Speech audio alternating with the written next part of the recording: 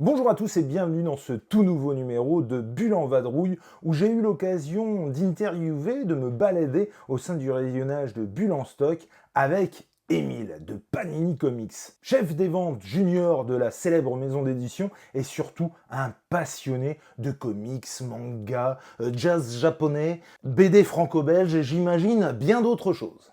Alors pour vous dévoiler les coulisses de ce Bulle en Vadrouille, ça s'est fait complètement à l'arrache. On a pris contact, on s'est envoyé des petits messages. Il s'avère qu'il était à Amiens pour évidemment Panini Manga et Urasawa. On s'était déjà croisés à Angoulême, et quand je vous dis croisés, on s'est serré la pince avec Émile et Aurélien, on a papoté 5 minutes et puis après basta. Les mecs étaient surbookés, ils en pouvaient plus. Comment vous dire que j'ai sauté sur l'occasion pour tailler le bout de gras avec le plus punk des éditeurs comics. C'était donc de une la première fois qu'on se rencontrait vraiment, et bordel, quel kiff. Voyant ça venir, la veille, je lui envoie un petit message en mode « Écoute, je m'en voudrais de pas te poser la question. Donc voilà, tu peux pas, tant pis. Mais est-ce que ça te dirait de faire un Bulle en Vadrouille avec moi? Voilà le format, machin. Ce serait trop con de passer à côté. Je m'en voudrais de pas te poser la question. » Et il m'a fait la gentillesse d'accepter cet exercice qui n'est pas facile, que ce soit pour lui ou pour moi, qui plus est quand on se connaît pas du tout. Et encore une fois, c'était un réel bonheur de déambuler dans les rayonnages de Bulle en Stock. Et si vous vous posez la question de si ça s'est bien passé ou pas, j'ai pour habitude de faire des bulles en vadrouille de 30 minutes. 40 minutes. Bon bah là, on est sur du 1h30. Un tel kiff que j'ai pas pu m'empêcher de le monter dès que je suis rentré à la maison et de mettre de côté, je dois bien l'avouer, tous ceux que j'avais fait entre-temps. Mais pas de panique, ça va arriver très vite. Je suis en vacances dans pas longtemps et autant vous dire qu'il y a du taf. Je vous laisse donc avec moi et Émile, pour une fois de plus, papoter du 9e art. Ciao!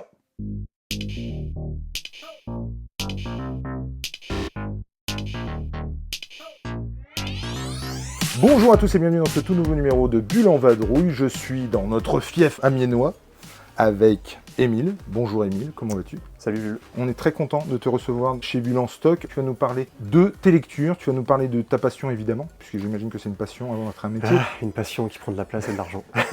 Tu m'étonnes. Alors ça se fait un peu à l'arrache, je suis moi-même un petit peu décompensé. Parce que je ne sais pas comment aborder le bazar. On a discuté dans la voiture pour venir jusqu'ici, on a papoté, mais c'est vrai qu'on ne se connaît pas bien. Et tu m'as fait vraiment le plaisir, l'extrême plaisir d'accepter l'invitation à Brûle-Pourpoint, et encore une fois, merci. Bah écoute, avec plaisir. De toute façon, c'est la deuxième fois là, que je viens dans le Nord pour le travail. Là, on vient pour ce qu'il y a Urasawa qui est au salon de la BD d'Amiens. Et du coup, vu que je pars ce soir, j'avais encore un peu de temps à accorder. Et du coup, j'en ai profité pour faire un format qui me tient à cœur. Du coup. Bah top, trop cool. Tu voulais commencer par le manga. C'est un truc que tu consommes particulièrement? Ouais, parce que finalement, c'était plus facile d'accès aussi à l'époque quand j'étais gamin. Il y avait quelques comics et des intégrales en bibliothèque qu'on pouvait trouver, mais après en manga, c'est tout là où j'ai eu mes premiers amours. Et puis finalement, en gros, peut-être que on le voit moins, mais en fait, je travaille aussi beaucoup sur la partie manga chez Panini. Et du coup, en gros, c'est les deux, on va dire, principales choses avec la jeunesse. On fait, donc du coup ça fait 3, sur lesquels on travaille chez Panini, et puis en plus voilà, moi j'en consomme beaucoup, j'en ai énormément, je collectionne quelques-uns, les vinyles, les artbooks. J'ai vu là que tu as acheté de la musique Urasawa également. Ouais, c'est ça, en fait on a dîné du coup avec Urasawa, et puis on a beaucoup parlé notamment de Gundam, donc voilà, on a parlé aussi de Gamera, donc qui est une tortue qui était le concurrent de Godzilla en fait au cinéma, donc c'était super intéressant, et du coup donc là vu que j'ai beaucoup aimé en fait son interprétation live qu'il a joué en fait pour la chanson de 20th Century Boys pour l'inauguration de l'exposition, du coup je me suis dit tiens, je vais acheter en souvenir en fait le coffret collector avec le petit artbook dedans, donc voilà. C'est classe.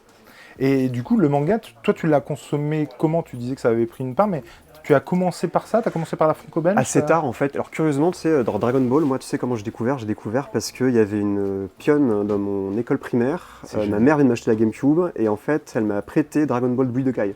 Et en fait j'ai découvert Dragon Ball par le jeu vidéo. Mais et en fait j'ai jamais eu la suite de celle et j'étais super frustré. Ouais. Et après c'est plus tard où du coup qu'on a commencé à voir la TNT, on a eu accès aux chaînes qui diffusaient Dragon Ball. Et avec mon frère on en regardait avec Hunter x Hunter. Ouais. Et ensuite au collège j'étais avec des gens qui étaient un peu plus vieux que moi. Et là j'ai découvert Réincarnation de Peace My Earth, Les Clamps, Hunter x Hunter, Mère chez Kana, qui est une série de shonen des années 2000, vraiment un peu oubliée maintenant, mais que j'aimais beaucoup. Et du coup Dragon Ball, et puis après plus tard Akira. Budokai 1 du coup? Budokai 1, ouais, le tout premier. Sur GameCube du coup, Putain, mais pareil, hein. Ouais. J'ai mis des volets à mon frère. S'il regarde ça, il va m'en vouloir. Enfin, c'est plutôt lui qui me dégommait, très sincèrement.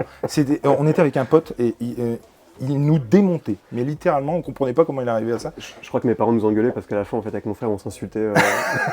Et le 3 est une tuerie aussi. Ouais, le 3. Alors moi, je l'avais pas parce que j'ai pas la PlayStation 2, mais après, quand on a eu la Wii, on a eu les Tenkaichi 3. Ouais. Là, pour le coup, on avait ce côté moins frustrant, on pouvait voler un peu et il y avait une orgie de personnages.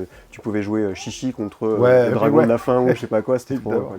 Mais du coup, le jeu de mémoire, le mode histoire reprend vachement bien. T'avais du Chronie aussi, genre et Cicel avait eu Krillin et passé 18. Et du coup, il était tout petit. Et c'est super drôle et tu te faisais maraver la gueule. Quoi. Non, il était très très cool ce jeu, franchement.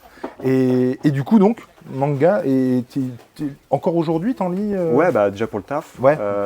Voilà, alors après avec le temps, j'avoue qu'il y a encore des séries récentes qui me plaisent beaucoup, et notamment il y a Spy Family, je trouve que ça serait très sympa. Il y a dans les séries récentes, il y avait Hell's Paradise. Bah vas-y, viens, on va mater si tu si t'as des trucs que tu veux nous montrer ou. Ici, du coup, de toute façon, alors c'est pas le mois de nouveauté du coup, mais c'est. Non, bon attends. Mais c'est que ça va être ça, c'est comment dire. Là, je suis très content, c'est que c'est un projet depuis longtemps. C'est en fait, on a une collection dédiée à Kimi Yoshida, qui est une autrice qu'on avait éditée à l'époque avec Banana Fish, et en fait, ça fait partie des séries vraiment majeures en fait du shoujo manga qui avait à l'époque en France au début des années 2000. Donc j'étais pas là évidemment. En fait, contribué à montrer que le shoujo manga, il y avait aussi de l'action, du thriller, de l'horreur avec Junji Ito, avec Tomie par exemple. Et en fait, avec cette collection-là, on voulait montrer avec Akimi Yoshida, Banana Fish, Yasha et puis bientôt d'autres séries, qu'en fait, ça pouvait aussi être du thriller, de la science-fiction, de la tranche de vie et surtout des thématiques ultra matures et des fois bien en avance, parce que par exemple dans les séries des années 80, elle parlait déjà de sororité, de féminisme, de choses comme ça, des choses qu'on n'a pas forcément eues parce qu'au Japon il y a vraiment une politique d'avoir des BD faites par des femmes pour des femmes, qu'on n'avait pas forcément en France d'aussi grande manière en tout cas. Et du coup bon, c'est pas vraiment une nouveauté, mais ça j'avoue je l'ai vu ici, vu que les couvertures sont assez flashy, c'est clair. On les repère toujours. Ils sont assez... Et non du coup après on... Spy Family, j'ai pas encore commencé. Allez à droite. Ils sont là, voilà. Je suis un peu en retard, mais moi j'avoue que honnêtement, tu vois, les comédies, ça peut des fois un peu vite s'essouffler et tout, et surtout quand tu les consommes assez vite. Et là, l'avantage, c'est que vu que la VF est assez bien faite, du coup, elle est vraiment derrière la VO. On a les tomes en fait assez rapidement après le Japon, et du coup, ça laisse le temps de reposer un peu. Et j'ai toujours du plaisir à découvrir. Moi, j'ai au moins, je crois, 3-4 vêtements avec lesquels je me ramène chez Panini avec Anya, le chien et tout. J'adore. Ouais, ça me fait beaucoup rire, vraiment. Et t'as pu zioter Sakamoto Den? De quoi Non, j'ai pas. En fait, à l'époque, on l'avait lu évidemment quand la série était sortie. En fait, j'ai trouvé le début sympa, et puis après, je suis pas forcément parce que vu que j'ai pas trop le temps, et puis vu que c'est des séries un peu en longueur, en général, je vais plutôt lire des séries courtes ou alors des séries un peu vieilles par manque de temps. Mais typiquement, quand ce sera fini, je pense que je les ferai comme là, My Hero Academia, où j'avais lu à l'époque presque tout, et là, la série vient de se finir, donc je pense qu'avec plaisir, je pense que je les lirai quand elle sera terminée, quoi. Et tu parlais tout à l'heure d'Urasawa. C'est ta meilleure série? T'en as une préférée? Alors c'est pas chez nous, c'est les histoires courtes. J'adore les histoires courtes d'Urasawa. Celle avec le crocodile en fait. D'accord, je vois bien. Parce que je trouve ça intéressant les histoires courtes. Surtout c'est là-bas si tu veux. Ouais. Parce qu'en fait, il expliquait derrière à la conf. Tiens, voilà. Celle-ci, ouais. En fait, ce que je trouve intéressant, et d'ailleurs, il en parle aussi d'une certaine manière, c'est que le format court permet des fois de voir aussi le talent des auteurs pour arriver à en quelques pages, te faire rentrer dans un univers. Tu vois, alors ça n'a rien à voir ce que c'est de la nouvelle ou du roman, mais Robert Howard sur Conan, par exemple, en quelques pages, il te plante un décor, des éléments et tout, et tu es en mode ultra immergé dedans. Et avec Urasawa, il est très fort, parce qu'il arrive vraiment évidemment à te tenir en haleine sur des séries très longues, mais aussi sur ces séries courtes, tu vois en fait le moment où il cherche. Et ça, je trouve toujours intéressant de lire les séries courtes des auteurs. Et surtout les débuts, les choses comme ça. Pour captiver le lecteur, quoi. Et puis te faire rentrer dans l'univers c'est ça. Très très vite, quoi. C'est ça. Et du coup, il disait que Happy, c'est pas forcément la série la plus citée, mais que c'était sa série la plus importante pour lui, ou en tout cas sa préférée, si j'ai bien compris. Parce qu'en fait, c'était aussi le moment où, en gros, il s'est rendu compte qu'il était arrivé sur une série hebdomadaire, et du coup, il arrivait vraiment à la finir, et ça demandait vraiment beaucoup de travail. Et c'est aussi pour cette raison-là, pour l'importance qu'elle a dans sa carrière aussi, qu'il l'aime beaucoup, en tout cas. Et alors là, je vais peut-être faire un parallèle un peu, c'est exactement le rapport que j'ai avec, comment ça s'appelle, Killing Joke. Que pour le coup, je trouve, moi perso, j'ai pas un amour spécial pour Killing Joke. Tu veux des problèmes avec Pardon? Tu veux des problèmes avec Killing Joke Non, mais je le trouve sympa, mais si tu veux, je vais pas me relever la nuit, si tu veux. Mais pour autant, alors je ne peux que saluer l'efficacité en peu de pages finalement du mec c'est pas qui te prend par la main, c'est que il t'arrache le bras puis tu vas la bouffer ta merde, hein, très clairement. Et je le trouve d'une efficacité redoutable en fait. Et ça, je le salue et je comprends qu'il y ait eu un avant et un après. Pour autant, effectivement, c'est pas le truc moi qui a révolutionné mon parcours de lecteur. Je crois que c'est mon premier comics en VO que je me suis acheté. J'étais allé à Londres et du coup, je cherchais des choses à m'acheter et j'avais trouvé l'édition. Je crois qu'à l'époque, ça s'appelait Souriant en français. Ouais. Et je l'avais lu en bibliothèque et quand je l'ai vu en anglais avec du coup Killing Joke, c'est la première fois déjà que je voyais le titre. Et en plus, si je dis pas de bêtises, il y a le groupe aussi qui a le même nom et qui est un groupe gothique. Et en fait, j'ai fait le lien et je pensais que c'était. En gros, dans ma tête, ça se mélangeait un peu et du coup, genre, j'ai pris le truc et tout finalement. Et déjà, je me suis rendu compte que du coup, le comics, en fait, on pouvait l'acheter aussi en anglais. L'édition était avec une petite jaquette et tout. Et puis, il y avait, il me semble, un peu plus de bonus qu'à l'époque. Et j'ai encore l'édition actuellement. Et j'aime toujours autant le récit. Et surtout, comme tu dis, parce que Alan Moore, on va le connaître sur des récits plus longs, plus littéraires et tout. Et là, il y a une sécheresse narrative. Et aussi, en même temps, il y a tout un non-dit dedans. En fait, c'est qu'il y a beaucoup d'ellipses. Tu vois, ce qui arrive à Barbara, on s'en doute, mais c'est, bien sûr. On ne le voit pas. La fin, évidemment, mythique, où on ne sait pas si le Joker est étranglé ou pas. C'est ce qui se passe en dehors du truc. C'est ça, ouais. En fait, l'extérieur de l'histoire est même aussi important et intéressant que... Il pousse les murs, c'est vraiment très très chouette. Et d'ailleurs, ça me fait penser à Providence, que vous allez sortir en soupe. Qu'on va ressortir tout à fait, ouais. Alors Providence, qui sera en plus agrémenté du récit qui était dans Neonomicon, avec La Chambre, si je dis pas de bêtises, qui sont en fait donc deux... Alors, un récit un peu plus long, une histoire courte, et du coup Providence, qui est en 3 volumes à l'époque. Et là, pour le coup, pareil, là on voit Alan Moore, qui est très littéraire, puisqu'on a cette alternance avec de l'horreur magnifiquement dessinée par Jason Burrows, qui est vraiment glaçante, et ensuite il va faire le contrepoint texte, où en fait on va voir ce qu'on a vu en récit narratif. Et c'est limite des fois même encore plus flippant, parce qu'on sait ce qui s'est passé, et on voit le côté intérieur, avec le point de vue du narrateur, et c'est glaçant. Ça je vais y aller, mais de dingue. J'ai un copain qui m'avait dit, j'en parle, je sais... C'était dans la checklist avec Gilles. Dans la checklist sur juin. Ouais. Et je disais qu'il y avait un copain qui n'achète pas en fait facilement. Qui lit beaucoup mais qui n'achète pas. L'acte d'achat, il le fait pas facilement.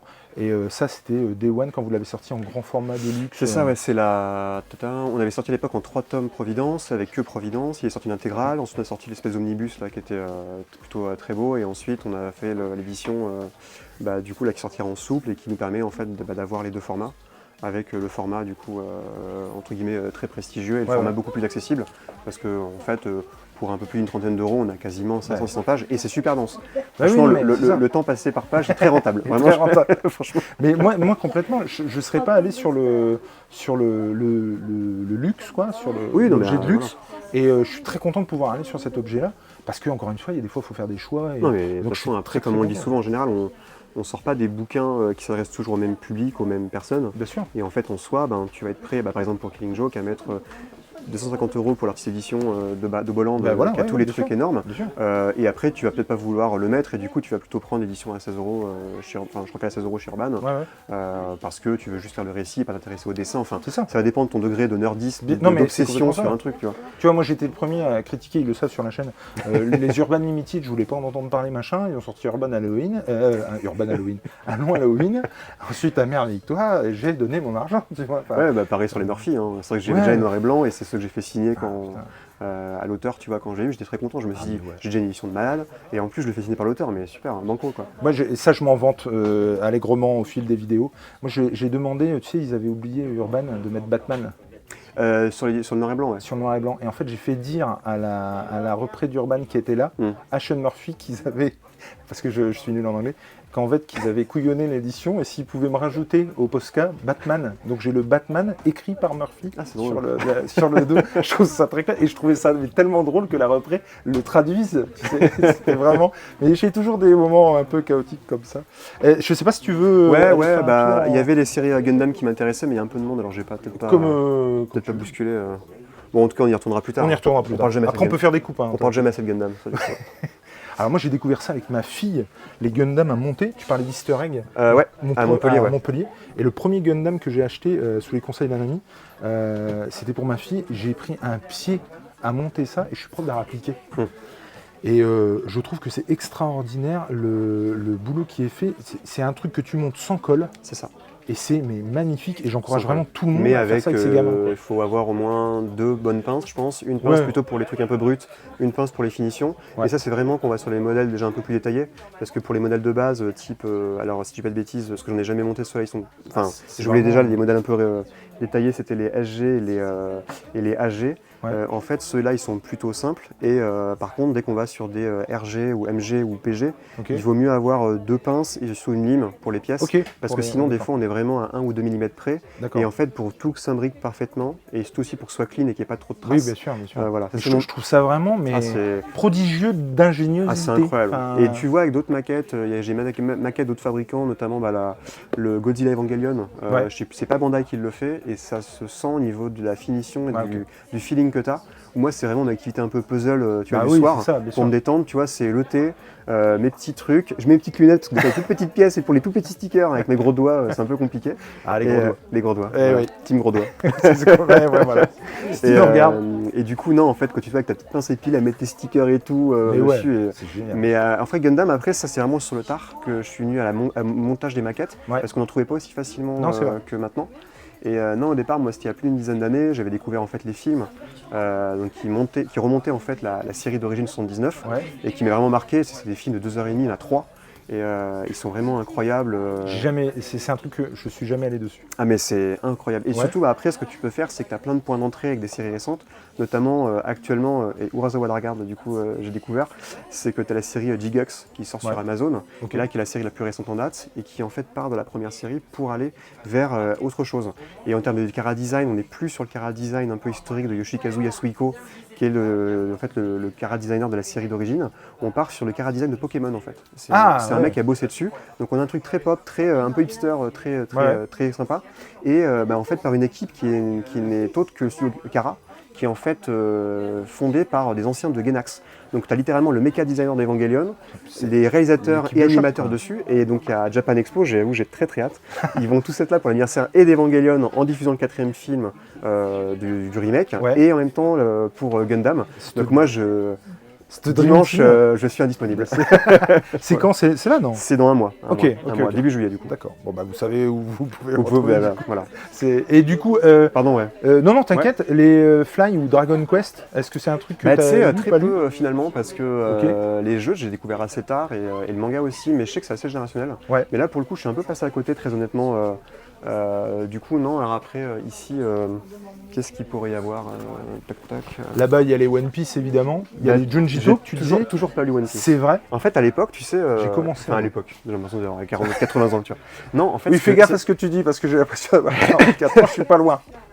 Non, en fait, le truc, c'est que, comme je disais, au collège, on avait Shaman King, Hunter x Hunter, Yu-Gi-Oh! Et du coup, en shoujo, beaucoup Clamp, Réincarnation et tout ça. Mais en fait, One Piece, c'était pas super partagé à l'époque, c'était pas hype. Ouais, non, c'est vrai. vrai. Et je sais pas trop quand s'est fait le déclic, parce que moi, j'ai pas suivi en direct. J'ai des amis qui sont un poil plus vieux que moi, qui ont un peu plus de la trentaine, Ouais. et qui, du coup. Vache. Ouais, j'ai 30 ans C'est cette un année. peu là. donc, Ils sont un poil Non, mais un plus- poil ils ont plus la vieux. trentaine. Non, mais. Ah, la vache. Désolé. Oui, je comprends. Ah, mais bien sûr, j'ai pas dit qu'ils avaient 50 ans, tu vois. Et le truc, c'est qu'ils ont un poil plus vieux que moi, du coup. Et eux, pour le coup, One Piece, c'est le sang. Des jeunes, évidemment, eux, pour le coup, One Piece, ils ont rattrapé leur retard depuis. Moi, j'avoue, je suis un peu passé entre les gouttes, quoi. Autant Dragon Ball, tout ça, et autres. Mais moi, One Piece, ouais, j'ai jamais trop réussi à rentrer dedans pour le moment. Du coup, tu parlais de My Hero Academia qui est là-bas aussi. Ouais. Il y a Naruto, il y a Ouais. les Junjito. Ouais. Et- Ah bah, et- il y et a puis- et Tezuka, surtout. et Les puis- Tezuka. Mais oui, Tezuka. Il y a Lovecraft avec les Gutanabe, hein. Gutanabe. Bah, ça, c'est un chef-d'œuvre. Alors déjà, moi, j'avais découvert à l'époque par les OAV. En fait, Ok. parce qu'en gros, il y a eu des OAV faits par Madhouse dans les années 80. Ouais. Et tu avais toutes les grosses rostas de Madhouse. Tu avais donc Rintaro, tu avais, comment ça s'appelle, je crois qu'il y avait Kawajiri qui en a fait un aussi. Et donc, notamment, tu avais dans le premier fait par Rintaro, qui est à mon avis le meilleur, une histoire sur, en fait, ce que Phoenix, en fait, c'est plusieurs histoires sur plusieurs temporalités, à plusieurs époques du Japon, du monde, de l'univers, de ce que tu veux, avec des réincarnations et des choix et des conséquences. Par exemple, un personnage qui a fait une mauvaise action va être puni dans l'histoire d'après, et par exemple, il va avoir un nez énorme parce qu'on va le punir, il a un mauvais karma, et du coup, voilà. Et tu vas avoir des liens dans le manga qui sont incroyables, mais les animés, eux, ils vont s'arrêter que sur un arc narratif. Et l'arc narratif, donc je sais plus de quelle période historique c'est, tu vas suivre en fait un sculpteur qui veut faire la plus belle sculpture en fait au monde, et il va rencontrer en fait un brigand qui va donc abîmer ses mains. Ensuite, le brigand va se faire choper, il va se faire en fait couper un bras. Et ensuite, en gros, il va y avoir un truc où les mauvaises personnes ne sont pas forcément celles que l'on attend, et ils vont avoir, c'est le fil rouge souvent de la série, le phénix qui va leur apparaître et qui va juger quelle personne est bonne ou mauvaise. Je vais très mal raconter parce que c'est très dense, très complexe et tout, mais c'est ça pour dire que c'est magnifique, on chiale tout le temps et ça montre qu'au-delà des apparences, il faut pardonner, on n'est pas forcément une mauvaise personne parce qu'on est un brigand, on n'est pas forcément une bonne personne parce qu'on est un artiste qui veut bien faire. C'est absolument génial et je suis très content de l'édition que Delcourt fait parce qu'il y a plein de bonus et tout. Il faut savoir que, si je peux dévoiler un truc, hier quand je t'ai proposé le format, tu m'as dit mais attends, tu vas me faire aller dans les rayons d'une super librairie et regarder, est-ce que tu as pensé à m'en manquer, machin. Est-ce que tu penses au mien? Parce que moi, je reçois plein de personnes qui me parlent de plein d'ouvrages en me disant c'est la meilleure chose qu'ils aient lu. Ah, mais ça, c'est. Mais de toute façon, déjà, mais dans la collection de toute façon de Delcourt, alors après, tu as aussi maintenant les histoires un peu plus courtes qui sont rééditées par Fleuve Bleu, qui sont géniales aussi, notamment tu as la Baster qui est sur un médecin, non pas sur un médecin, pardon, sur un sportif noir en fait qui devient un méchant en fait un peu parce que à cause du racisme et tout ça, il se retrouve de mémoire je crois empoisonné, il survit et du coup il a des pouvoirs un peu chelous. Ça c'est super bien, mais vraiment dans les one shot t'as rien à acheter. Et si je devais t'en conseiller un, je pense que ça serait Demain les oiseaux, qui était édité à l'époque dans le Criquitu, donc la première revue de publication de manga qui était suisse, et pas française. Les premiers numéros, dedans il y avait du Shinomori avec, je crois que c'est du Sabuichi, c'était le hennissement du cheval noir dans le vent, un truc comme ça. Le titre, c'est titre de dingue. On dirait que c'est des titres de films italiens. Mais c'est ça, genre, mais donc voilà, et en fait Demain les oiseaux était publié dedans, et c'est une histoire où en gros, où Tezuka, comme à son habitude, va montrer, faire une espèce de fresque sur plusieurs siècles, où on va voir en fait les oiseaux remplacer les humains et avoir les mêmes problèmes que les humains, c'est-à-dire la guerre, le racisme, et c'est incroyable. Et c'est un peu plus petit que 5 ou 6 Phoenix, si jamais je peux en parler à ton banquier, tu vois. Du coup, Eh ben non, mais écoute, c'est avec plaisir que j'irai voir. Donc non, ça c'est absolument incroyable, et j'aime bien Junji Ito, mais je préfère surtout, alors je sais pas s'ils sont là, c'est les Katsuumes. Donc, ah super, trop bien, merci beaucoup. Merci beaucoup. Avec plaisir. Ouais, du coup, là, il y a. Ça, c'est incroyable. En fait, ça, c'est un auteur, il est mort malheureusement il y a très peu de temps. Imagine un peu un Je suis Charlie visuellement, c'est que le gars il avait toujours un t-shirt rouge et blanc et un style vraiment ouf. Et en gros, c'est un des plus grands mangaka d'horreur, et c'est vraiment le maître de l'horreur avec Moroshi, qui est un autre auteur qui a beaucoup inspiré Junji Ito. Et ça, quand Les Arts Noirs a sorti, alors à l'époque c'est sorti en bunko chez Glénat, ils avaient sorti Baptism et L'École Emportée, qui est un chef-d'œuvre aussi d'horreur. Et en fait, après Les Arts Noirs avait du coup édité le Katsuumes, donc avec la Complete Collection japonaise du coup, avec cette charte graphique qui est trop cool. Et ils ont sorti donc des anthologies, notamment donc il y avait La Femme Serpent, La Maison des Insectes et tout ça. Et ensuite, ils ont sorti un chef-d'œuvre qui est Je suis Shingo, qui est dès les années 80, anticipe tout ce qui est l'IA, est-ce que les ordinateurs peuvent avoir une âme, et c'est incroyable. Et ça, c'est incroyablement gore et vénère. Tu vois, c'est quoi, c'est la main? Ça, c'est la main gauche de Dieu et la main droite du diable. Ça, c'est en 3 volumes si je dis pas de bêtises. Et là, j'ai très hâte d'avoir la fin, parce que c'est méga gore. Et en fait, ce qui est intéressant, c'est que tu vois, Umes, il a un style visuel qui est un peu à part, parce qu'il a fait notamment, il vient aussi du shoujo manga, donc il a un style, tu vois, qui peut faire un peu vieillot. Alors ça, c'est la série la plus connue, parce que Makoto-chan, c'est une comédie avec notamment son fameux symbole, tu sais, avec le doigt, là, qui est un truc un peu iconique au Japon. Et en fait, il a un style qui n'a jamais trop évolué en apparence, mais en fait, qui derrière peut proposer des visions d'horreur absolument géniales. Alors ça, c'est délirant, tu vois. C'est absolument trop drôle. Et puis à côté, il est capable de faire les trucs les plus gorissimes possibles. Ça, c'est vraiment un auteur majeur, vraiment. Je suis en train de voir si le rayon est dégagé côté Gundam du coup. Bah écoute, vas-y. Ah sinon il y a ça qui est trop bien aussi. Vas-y. Ça c'est quand Vega est arrivé sur le marché, ils avaient sorti cette série, qui est une série très connue au Japon apparemment, parce qu'il y a eu un drama ou un animé, il me semble, dans les années 80. C'est une série sur le saké en fait. Ok. Alors le saké, déjà, En fait, c'est vrai que saké, en japonais, ça veut juste dire alcool. Mais en gros, plus spécifiquement, du coup, le Nihonshu saké, donc le saké à base de riz notamment. Et en fait, dedans, tu as en 6 tomes, en fait, le récit d'une Tokyo-ii qui va, pour des raisons personnelles, revenir en fait dans sa campagne natale et décider d'ouvrir son truc de saké. Donc elle va affronter le sexisme des locaux et aussi en même temps c'est un des trucs les plus passionnants sur la fabrication d'alcool avec tout le côté, le polissage du riz et du coup à la fin t'es en mode genre tu rentres dans un restaurant ou dans un caviste pour trouver du Junmai Ginjo et tu te sens en mode genre un peu l'élite quoi tu vois. Ça va plaire à Léna ça. Léna elle est œnologue. Ah oui, justement j'avais découvert du coup via ce manga là qui est une distillerie de saké français qui s'appelle Les Larmes du Levant qui est vers Lyon et en fait qui fait des formations justement de spécialisation en œnologie. Trop bien. Parce qu'il y a de plus en plus de restaurants notamment Bocuse je crois ou d'autres qui font en fait qui mettent des sakés japonais à leur table en fait. Donc avis aux intéressés, c'est très très bien. Et c'est noté. Voilà. On va partir avec des recos mais alors Sky is the limit du coup. Est-ce qu'on va pouvoir Oh, j'avais pas vu l'édition de Berserk. Oui, elle est super belle. Non, elle est très belle. En plus, ils ont fait un super jaspage. Oui.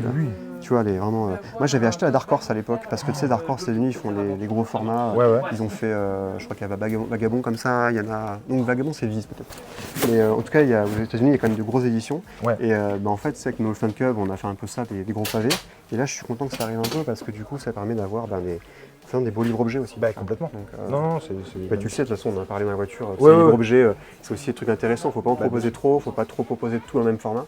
Mais quand on en a un, t'es content, dans David Jones ou même ton télésorcier, tu vois, dans l'édition Grimoire qui est absolument incroyable.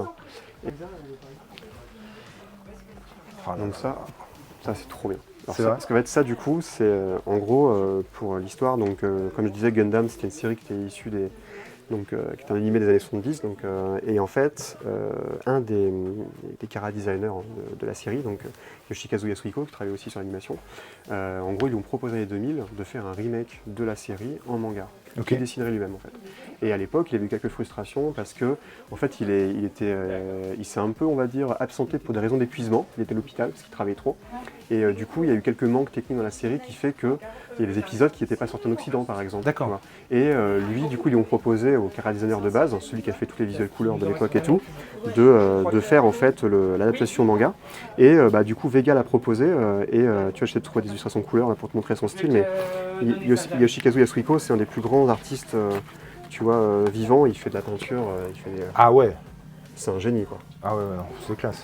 Tu vois, et en fait, donc il y a beaucoup de. C'est déjà un génie au niveau de la couleur, mais c'est aussi un très bon narrateur. Il y a Naban, notamment, qui a sorti des super éditions grand format, dont Arion, qui est un truc avec la mythologie gréco-romaine. T'as ensuite, du coup, ils ont déjà sorti Jeanne d'Arc et ils vont sortir Jésus-Christ. Ou l'inverse, je crois que c'est Jésus qui est sorti et pas Jeanne d'Arc. Oui, mais en fait, Jésus-Christ, voilà. Et en fait, c'est intéressant parce que tu as le catholicisme vu par un japonais. Bah oui, bien sûr. C'est génial. Et ça, donc Gundam, c'est génial, ça s'étend toujours. Et du coup, Vega propose maintenant de plus en plus de séries qui sont tirées en fait de l'univers de Gundam. Donc, tu as notamment la suite, donc avec Zeta Gundam, qui est la meilleure série, je trouve, en termes de noirceur et d'idées. Alors, je n'ai pas encore lu le manga l'adaptation parce qu'elle est sortie que cette semaine. Mais en tout cas, l'animé Zeta Gundam en général est très souvent considéré comme un des meilleurs parce que la fin est assez traumatique. Comme souvent chez Gundam, il ne faut pas trop s'attacher au personnage. Et voilà. Et il y a aussi du coup l'adaptation de Unicorn, qui était peut-être la série la plus connue en Occident, parce que en fait, c'était une série sur laquelle avait beaucoup travaillé d'animateurs pour l'anniversaire de Gundam. Et donc c'est un peu un all-star cast en termes d'animation. Et à l'époque, quand on avait eu Peach Momoko qui était venue du coup à Angoulême, on avait un peu parlé méca parce qu'elle et son mari adorent en fait Gundam.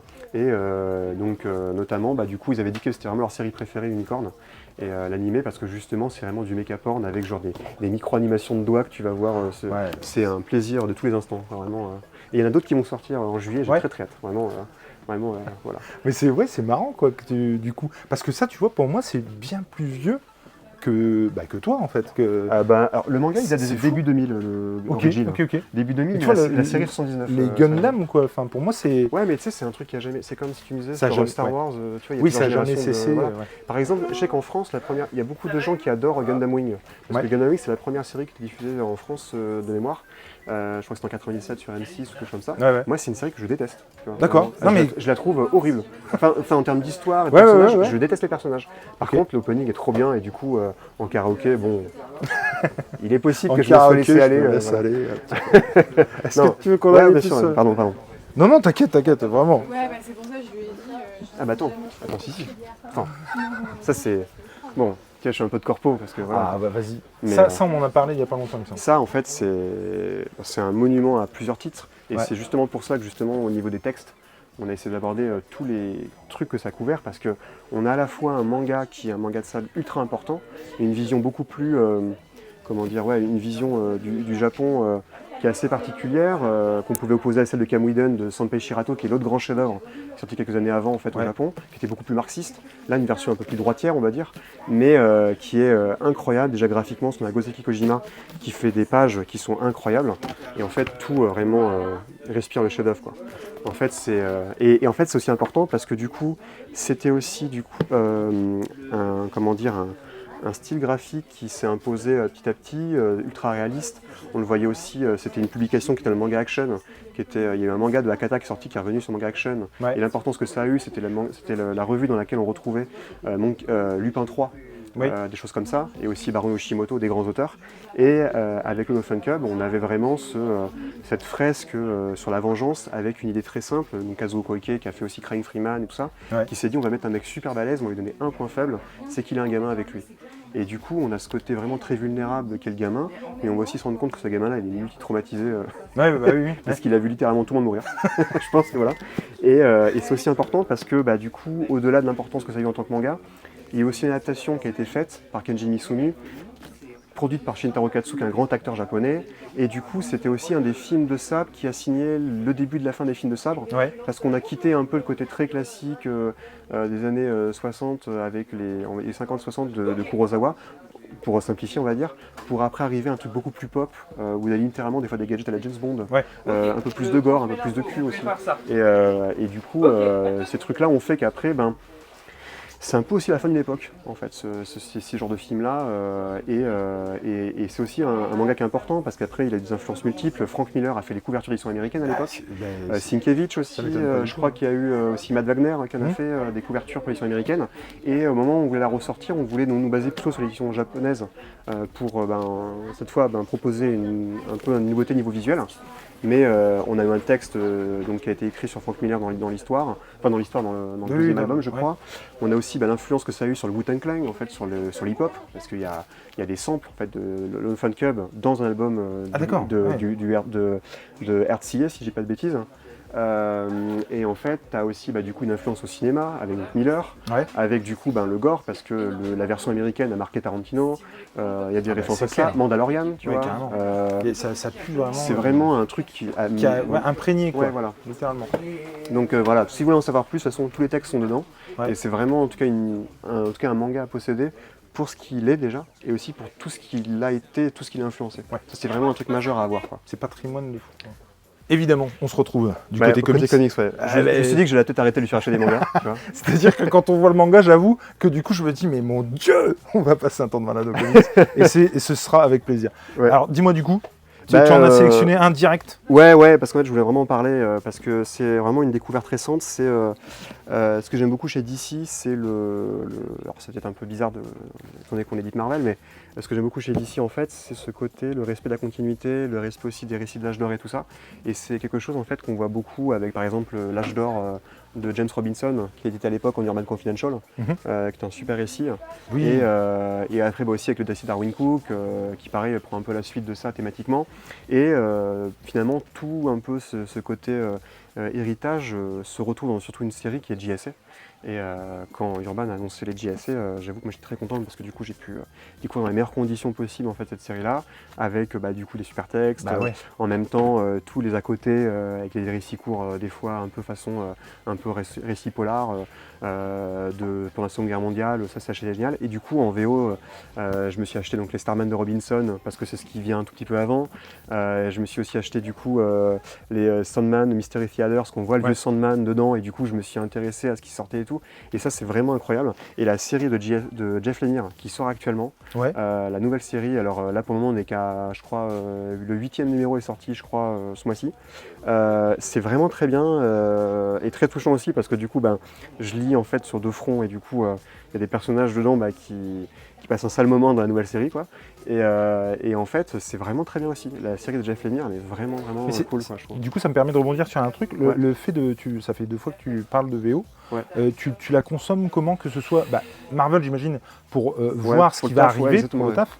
Mais du coup, tu consommes en VO sur DC aussi, du coup? Ouais, en fait, moi j'ai une passion pour les comics donc anglais et Vertigo. J'adore les. J'en ai plein en fait en VO que je me suis acheté à l'époque en Italie.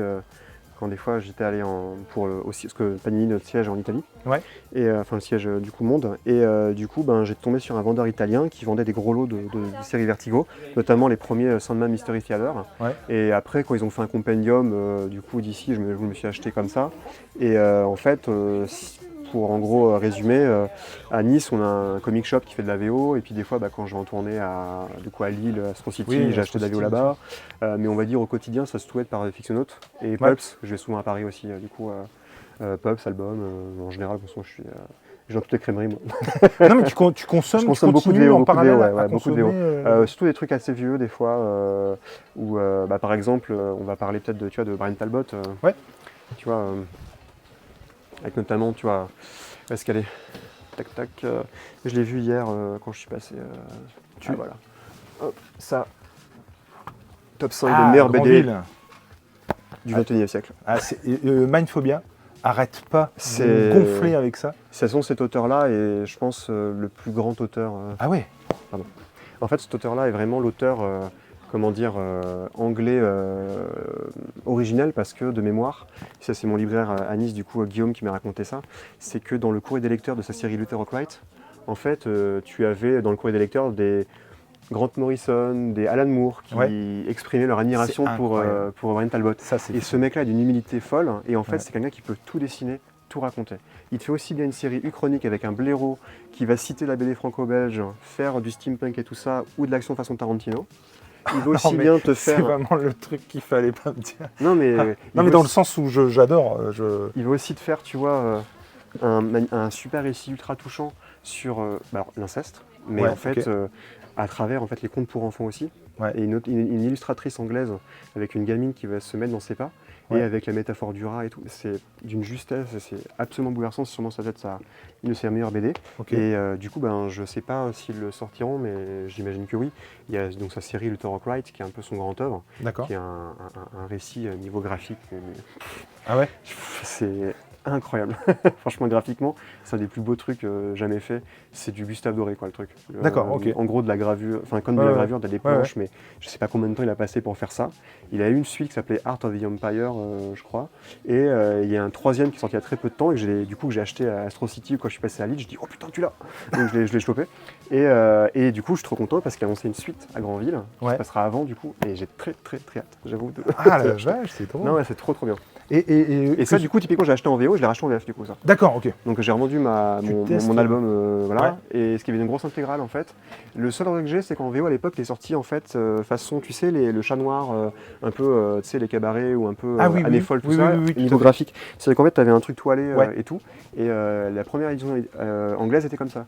Et bon, j'ai jamais trouvé, donc j'ai acheté l'intégrale. Mais voilà, donc... Et que ce soit, enfin, je veux dire, dans ton enfance, tout ça, comment toi t'es venu à la BD? Comment tu t'y es mis souvent? Alors, non, je vais rien dire, dis-nous. Le daron. Le daron, ouais. Non, en gros, mon père, il lisait tous des trucs classiques, genre Black et Mortimer, Tintin, Astérix, Gaston. Black et Mortimer, j'arrivais pas du tout à aimer au départ. J'avais des dessins animés, en fait, l'adaptation des BD.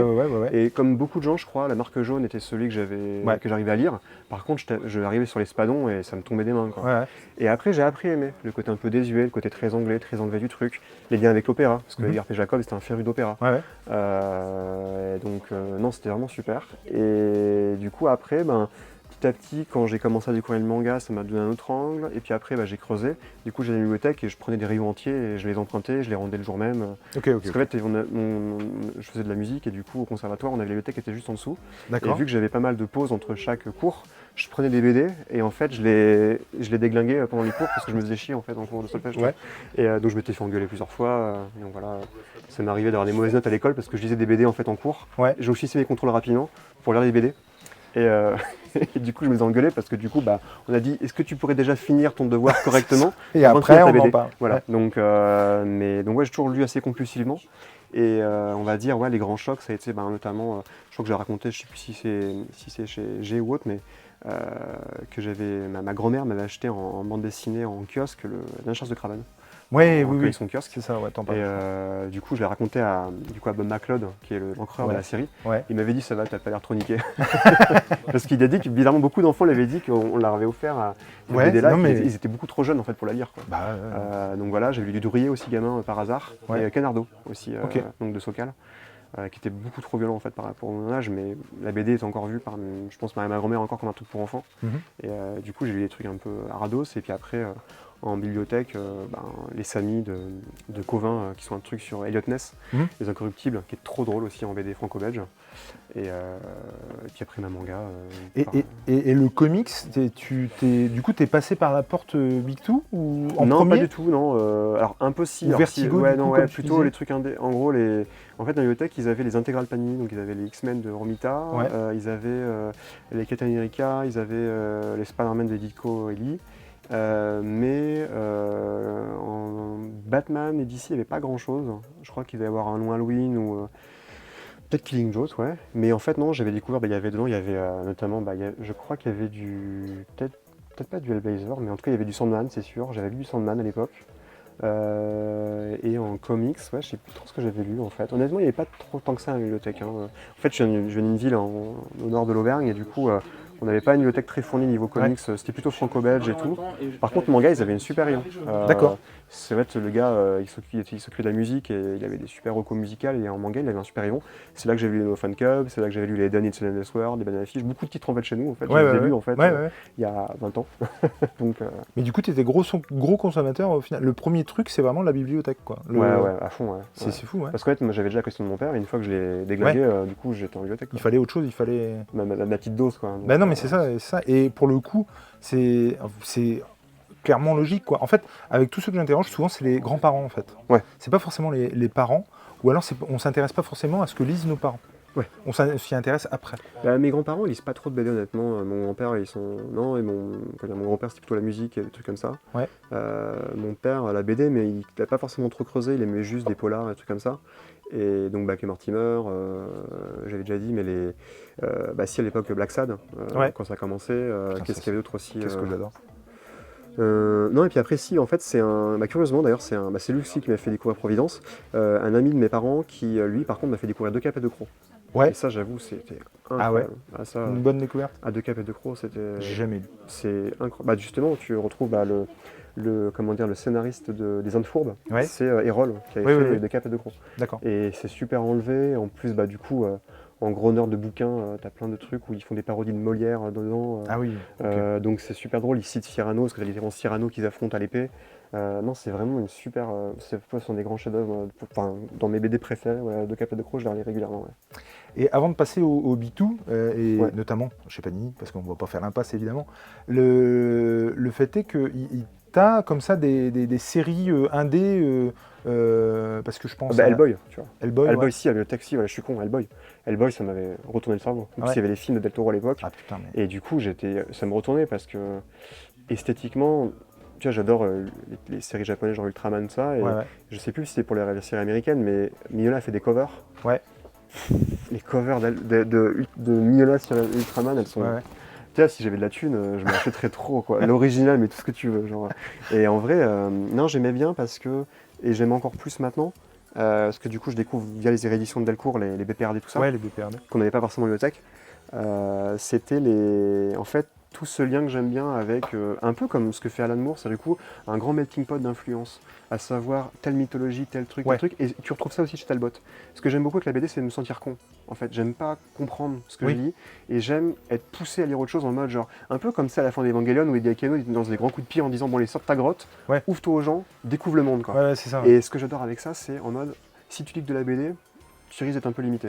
Et ouvre-toi au monde, et c'est des fois un peu le problème qu'il y a dans la pop culture, c'est que quand on a des licences ou des trucs qui marchent, des choses comme ça, on va un peu s'auto-manger. Et du coup, je pense que c'est bien de s'ouvrir et de lire autre chose, et de découvrir, lire aussi bien Lovecraft que, je sais pas moi, en horreur, ou par exemple Barjavel en science-fiction française, des choses comme ça, et après tu découvres, tu dis, ah en fait il vient de là, et après tu remontes, et en fait chaque personne que tu adores comme des maîtres, ils ont des maîtres aussi, et tu remontes comme ça. Et au cinéma tu peux faire ça, c'est génial quoi. On en parlait avec JG, la vidéo que je t'avais montré. En fait, on parlait de manga et on parlait du Club d'eau.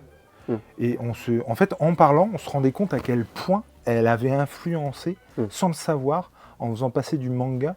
Parce que forcément, il a un dessin très numérique déjà, et puis un peu manga quoi. Et on se rendait compte à quel point elle nous nous, pas moi, hein, mais elle avait influencé plein d'artistes sans le savoir en fait, et qu'il y avait plein de gens qui étaient nés littéralement, artistiquement parlant, comme ça. Et c'est fou quoi. En fait. Comme avec, sans faire de lien avec ce qu'on va parler tout à l'heure, mais tu vois sur Strange, en fait, le nom de dessinateurs franco-belges, Johan Sfar, Pierre Allary, qui en fait sont des méga fans de comics.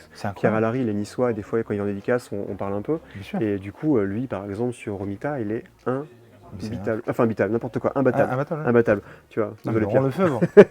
Ouais, Laurent Lefebvre. Je parle avec lui, mais voilà. C'est incroyable. D'ailleurs, tu sais, il y a Black and White qui a fait un super magazine spécial Clark Johnson, sur l'ancrage notamment, et du coup de Clark Johnson. Donc tu as plein de témoignages d'artistes, donc tu retrouves Pierre Allary dedans. Et entendre des artistes parler, notamment on a Awazawa qui fait une émission sur NHK, donc la télévision japonaise, et il fait une émission dans laquelle en fait il parle avec les artistes qu'il adore. Il a carte blanche, il les invite, et tu vois 2 maîtres qui parlent de comment ils font le dessin, et des fois ils découvrent des techniques. C'est toujours intéressant d'entendre, c'est même souvent le plus intéressant d'entendre parler des dessinateurs, d'autres dessinateurs. Ah ouais, non, mais c'est. Des fois, ils brisent tes rêves, t'es un dessinateur tout à l'heure, ils disent il sait pas dessiner les pieds, tu vois, ou je sais pas quoi. C'est ça. Tu vois la case là-bas, elle est dégueulasse. Et là, tu es en mode genre, bon, voilà. Voilà, je suis nul. Tiens, on parlait de Mira, ça, c'est la grande claque, tu vois. Ça. Baltimore. C'est un G, je crois, qui en parlait. C'est super bien. Franchement, justement, tu as ce côté. Gothique en même temps, moi j'adore cette période-là esthétiquement pour ce que c'est, ça reparle de la guerre en filigrane, plus en plus un truc de vampire, de malédiction, c'est vraiment très bien. Et en même temps tu as aussi tous les drames humains, c'est-à-dire du coup tu n'as pas que le personnage qui est déjà un drame à lui tout seul, tu vois. Et puis après tu as aussi les vies qui sont brisées par lui quand il arrive, et puis ce fameux truc aussi que tu trouves de manière assez récurrente dans les trucs horrifiques ou même des fois les trucs de super-héros, c'est que il y a des personnages, ils en tirent un peu la merde autour d'eux, et du coup, il y a des gens qui vont le payer, quoi. Oui, voilà. Et c'est vachement dur pour ça. Et vraiment, c'est vraiment une grande découverte, j'avoue. La réédition m'a permis de découvrir, et ça, typiquement, voilà. Après, on arrive à Hellblazer, ça j'adore.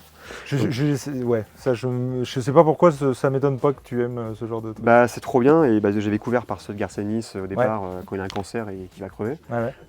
Après, du coup, via les éditions d'Urban, parce que je crois que certains n'étaient pas édités en France, il y avait ceux du coup de Delano, de Mike Carey, tout ça. Moi j'avoue, j'adore ceux de Paul Jenkins, que déjà Paul Jenkins, celui qui a fait donc Les Inhumains.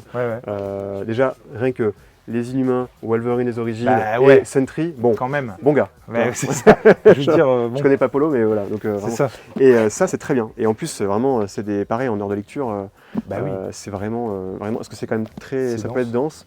Et ça, c'est vraiment un chef-d'œuvre, je trouve. Et parce que je pense à Lena et parce qu'on parle d'Elcou, on parle polar tout à l'heure. Criminal. Ouais, alors découvert sur le tard. En fait, c'est pendant le Covid. Tu vas dire, justement, ça va faire sur la VO. En fait, pendant le Covid, donc j'avais du temps. J'avais de l'argent parce que du coup, j'allais pas en librairie. Et en fait, je me suis procuré du coup tous les Brubaker en VO à l'époque. Tous ceux qui étaient disponibles en intégrale. Et puis après, Delcourt a annoncé les intégrales VF, notamment de Criminal. Donc j'ai tout revendu à un ami qui les voulait en anglais. J'ai tout repris en français et tout. Parce que je veux encore me dire. Tout quand je travaille en édition, je me rends compte que des fois, c'est toujours bien de soutenir les projets auxquels on croit, auxquels on aime, parce que ça veut dire qu'on pourrait en avoir plus. Tu vois. Oui. Et donc plus de drogue. Je vais te faire démonétiser, je pense. Mais je pense pas. Non, blague à part. Et du coup, le truc, c'est que Criminal, c'est vraiment une tuerie. Et là, j'ai hâte de voir la suite, justement. C'est Brubaker, j'aime beaucoup. Et puis, j'avais découvert, surtout au départ, par le biais Marvel. Avec Daredevil, sous Captain America évidemment, et pour le coup, Criminal j'ai beaucoup aimé, mais j'aime beaucoup aussi celui qu'il a fait avec, je crois que c'est Epting, Velvet. Ouais, ça j'aime beaucoup, j'adore James Bond. Et il est en un tome, ça me chauffe bien ça. C'est super bien. Si t'aimes bien James Bond, voilà, tu te dis, et si la secrétaire en fait était le meilleur agent que, tu vois, la Terre est portée. Non, mais c'est un peu ça. Ça a l'air vraiment très bien, Non, c'est très bien. Puis j'avoue que le coup de en un tome, en une intégrale plutôt, c'est bouclé, ça donne vraiment envie, quoi. Ouais, bah c'est ce qui fait aussi, tu vois, les omnibus, le plaisir du truc aussi, tu vois. Après, moi, par rapport au fait de la drogue, les comics, tout ça, moi j'ai une technique, je chauffe les gens sur les omnibus de chez Panini, je récupère les kiosques. J'ai surtout, c'est ça. Tu vois, là, on a annoncé là, en cosmique la saga de Lanning et Abnett. Putain, 5 omnibus. Et du coup, alors ce sera pas 5 omnibus en un an, je te rassure. Oui, Déjà, non, il y en a 2 qui vont heureusement. sortir. Il y en a un qui est déjà sorti, l'autre qui sortira Oui. cette année. Ce sera plutôt un par an en fonction, tu vois, de l'écoulement du reste. Mais à l'époque, tout était sorti en kiosque, quoi. Donc tu pouvais tout choper sur beaucoup plus de temps, évidemment. Ouais. Donc en tout cas, en fait, c'est ce qu'on disait, parce que moi je leur disais, donc évidemment je suis très comics, mais j'aime beaucoup l'univers Marvel comme l'univers DC. Je suis plus Marvelien que DC pour le coup. DCiste Marveliste ou DCiste Marveliste, ouais, DCiste effectivement. Et le fait est que le cosmique, c'est pas du tout quelque chose qui m'attire. Quoi? Bah ouais. Trop bien. Et ils étaient tous à me dire, la tier list des Big News, ils étaient tous à me dire, non mais alors déjà, c'est le meilleur du cosmique. Ouais.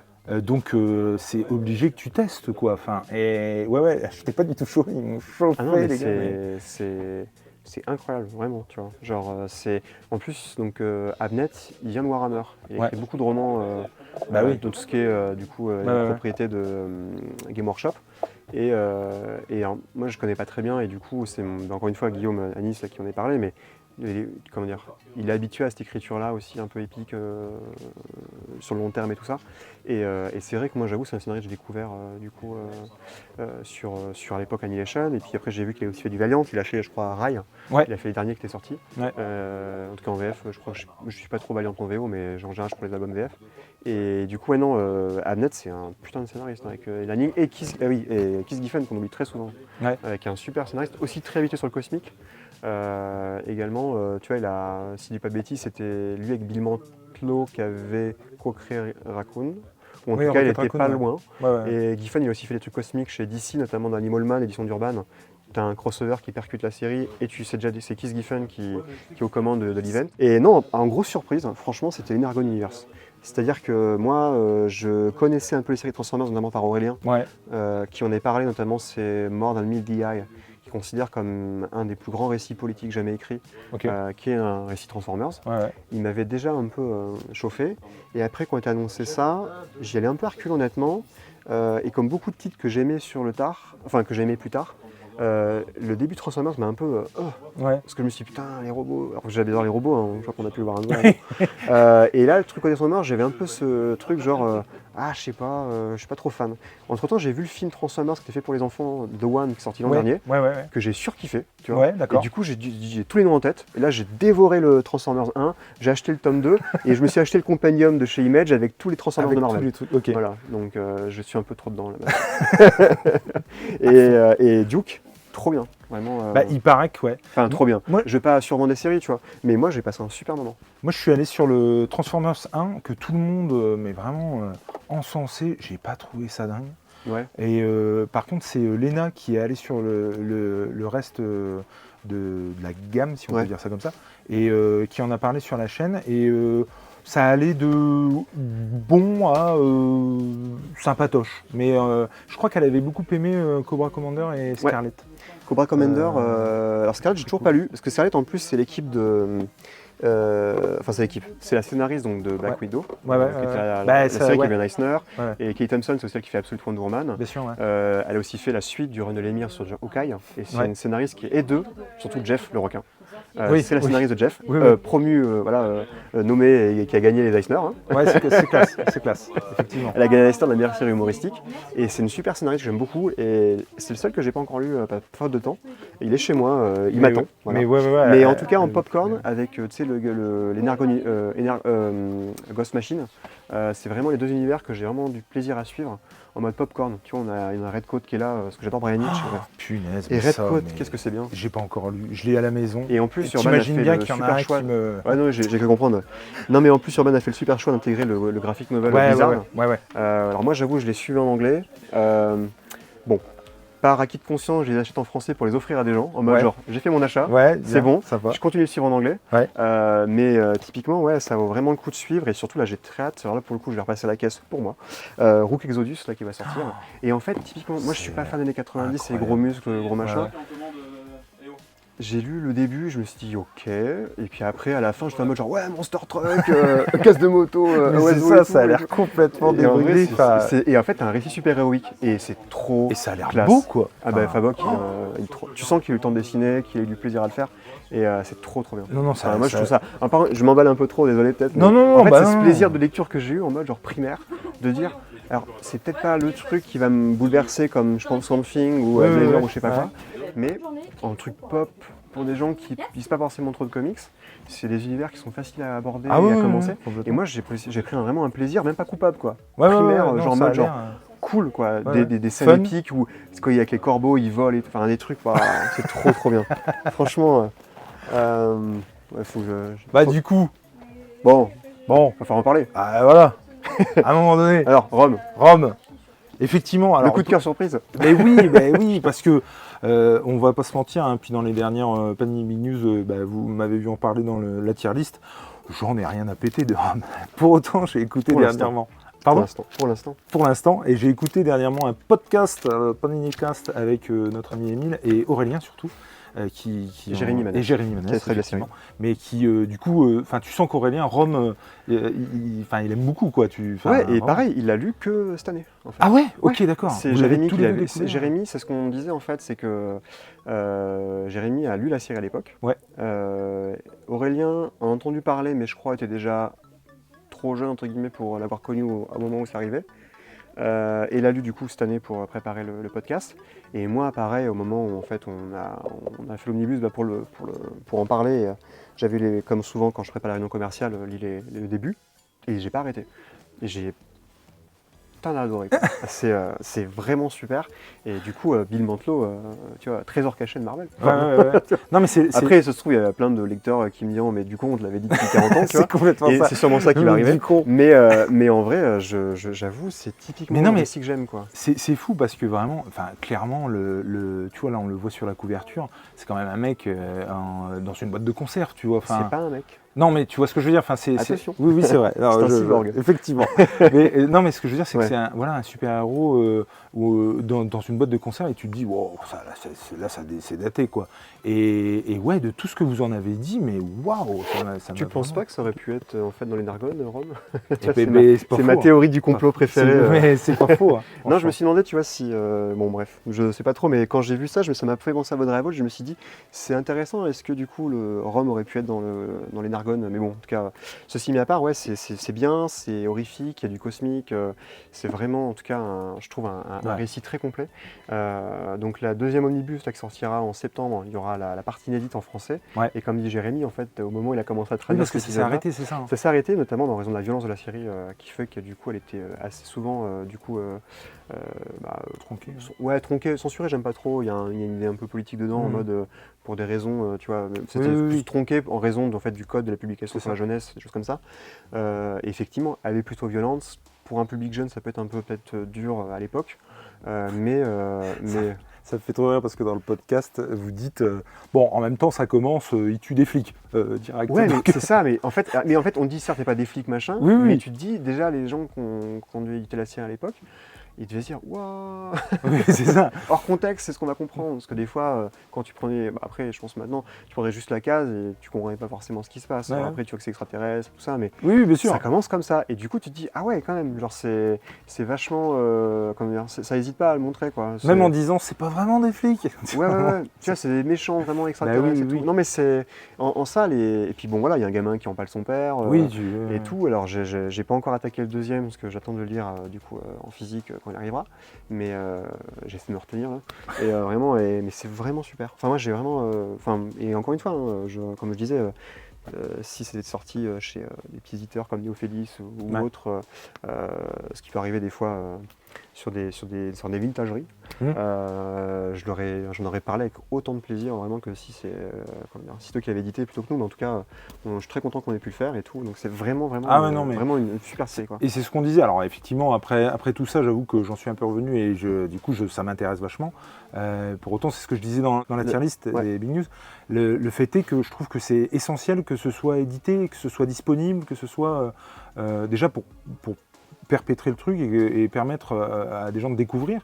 Et puis effectivement aussi, récompenser, c'est peut-être pas le mot, mais en tout cas ceux qui effectivement l'attendent depuis 40 ans et qui, tu vois... c'est ça. Et puis là, de la meilleure des manières, parce que finalement, tu auras déjà les épisodes complets, tu auras du coup la traduction de Jérémy, moi que j'ai trouvé super fluide. Tu as aussi, il y a quelques bonus notamment, et notamment tu as le courrier des lecteurs. Et c'est super intéressant c'est super intéressant à chaque épisode de voir la popularité de Rome, et j'ai envie de dire le culte. Alors ce culte au sens, non pas un peu au sens où il est utilisé maintenant, où tout est un peu culte tout de suite, machin, mais vraiment culte au sens où il y avait un noyau dur de personnes qui suivaient la série. Ça n'a jamais été une série qui a cartonné en fait chez Marvel, mais c'est une série qui a suffisamment marché en tout cas pour rester quasiment une 70aine de numéros, si je dis pas de bêtises.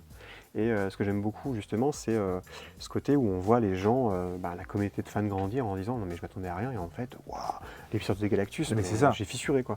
Et effectivement à la lecture, en plus tu les vis avec 2-3 épisodes de décalage, parce que tant que le courrier soit publié. Oui. Et en fait les gars ils sont en train de waouh, mais c'est quoi ce truc de malade et tout. Non, franchement c'est super intéressant pour ça. J'imagine bien, quoi. Puis à l'époque c'est clair que quand tu devais voir venir Galactus, tu devais bien halluciner quand même. Ouais. Non, mais vraiment, donc en tout cas, super. Enfin, j'adore cette série. D'autres trucs qui t'ont marqué? Star Wars. Wars. En fait, c'est un peu drôle, c'est que maintenant, je sais pas s'ils sont là, mais je suis trop petite pour les choper. Salut. Oh, on peut faire un salut, hein. On n'est pas des bêtes. Retourne-nous. Non, en fait, Star Wars, parce que moi je suis un gros fan de Star Wars, notamment en comics, en jeux vidéo. J'avais adoré les jeux vidéo KOTOR, Knights of the Republic, donc pour les non-intimes. Puis t'as un acolyte chez Panini qui doit voilà. Il a 2 passions de la vie, c'est les ratons laveurs et Star Wars. Donc, du coup, non, il adore Star Wars, et du coup, quand j'étais justement à la bibliothèque, dans les récits entre guillemets indés, Star Wars, ça m'a beaucoup marqué, notamment Clone Wars. Parce qu'à l'époque, je regardais la série Tartakovsky d'animé avant l'espèce de reboot qu'il y a eu, The Clone Wars. Le Samurai Jack-like. C'est ça, ouais. Et d'ailleurs, c'est une nouvelle série là qui s'appelle Primal sur Max. Oui, elle est géniale. J'ai vu passer ça. C'est incroyable. En plus, j'adore Conan, tu vois. Mais ouais. Alors du coup, je suis en mode genre merde des deux mondes. Mais c'est ça. Mais franchement, j'ai vu ça. Le mec qui est un fou furieux d'animation japonaise, bourrin, avec du Conan en mode ultra muet. Ouais, ça a l'air bourrin. Ouais, mais en même temps, tu retrouves aussi vachement de ce que tu peux retrouver dans le Prédateur de McTiernan, des choses comme ça, avec ce côté retour au côté, en fait, au côté primaire, quoi. Il retourne à la nature. Mais en tout cas, non, tout ça pour dire que Star Wars, j'adore, et notamment Clone Wars, aussi Legacy que j'avais lu à l'époque, chez Delcourt. Et ça m'a fait super bizarre, en fait, d'éditer. On va voir ça aussi sur un manga. D'éditer des trucs qui m'ont beaucoup marqué enfant. Genre Clone Wars, quand j'ai reçu l'équivalent du tome 2 que j'avais, j'étais en mode genre putain, si on m'avait dit que... Bah ouais, c'est ça, j'imagine bien, effectivement. Il y a eu un peu ce truc, c'est d'une manière différente, mais tu sais qu'on avait invité G à parler de Hulk chez nous, où il se dit, bon voilà, lui qui est un gros fou de Hulk, si on m'avait dit un jour que j'allais parler de Hulk sur le canal officiel, quoi. Oui, non, mais bien sûr, franchement. Donc voilà. Et tu vois, tu dis ça, ça fait 10 minutes qu'on est à côté d'Immortal Hulk. Je te jure que j'hésite à faire comme s'il n'était pas là. La caisse est pas loin. Je dis ça, non, mais moi je l'ai déjà. Mais non, mais par rapport à G. Faire comme s'il n'existait pas, tu vois, pour la blague. En fait, on en a un peu trop parlé, je pense. Mais en même temps, est-ce qu'on parle assez de... Par contre, on n'a peut-être pas parlé assez de Halloween, mais... Ouais. Non, mais je sais pas s'ils les ont pu... Je regardais s'ils les avaient, mais peut-être pas. En fait, il a fait une super série qui s'appelle Ultimates, qui s'est beaucoup trop mal vendue par rapport à sa qualité, et qui, je pense, qu'il faudrait vachement réévaluer. Mais je ne la trouve pas. Ultimates, lui ? Il a fait une série Ultimates, ouais. Urgentiste cosmique. Ça te parle, Ultimates, Urgentiste cosmique ? Mais toi, t'es pas comics, toi ? Moi, je suis tout, moi. T'es polyvalent. Non. Puis effectivement, il y a plein d'autres trucs. Tu vois, le Punisher, je les ai en icons. Ouais. On en parlait en off tout à l'heure, mais il a pu. Okay. Le fait est que je me force à ne pas racheter ce que j'achète en VO en VF. Non, mais... De la même manière, les icons, je vais pas sur la version omnibus. Bah ouais. Et Ouais, pourtant, j'aimerais bien, mais c'est pas possible. Et par contre, le seul Icons que j'ai revendu, parce qu'il y avait une couille au niveau des épisodes, c'était Wade le et Daredevil. Samney sur Ouais. Daredevil. Parce qu'en fait, ça est parti, on l'avait expliqué, je crois qu'on était passé sur le premier first screen qu'on ait fait avec Jean-François. Ouais. Donc Jean-François Schmitt, du coup, le directeur de la division publishing. Ouais. En fait, c'est que, en gros, on était sur des niveaux de vente qui étaient tellement bas. On a eu le même problème avec le Captain America de Brubaker. Ouais. On vendait même pas 500X, en fait. Et du coup, si tu vends 500X sur un tome, celui d'après, t'en vends pas Bah beaucoup. oui, je me doute bien. Et on a eu ce problème-là sur le Daredevil de Wade et Samney, on a eu ce problème-là sur le Captain America de Brubaker, et je crois que c'est tout normalement.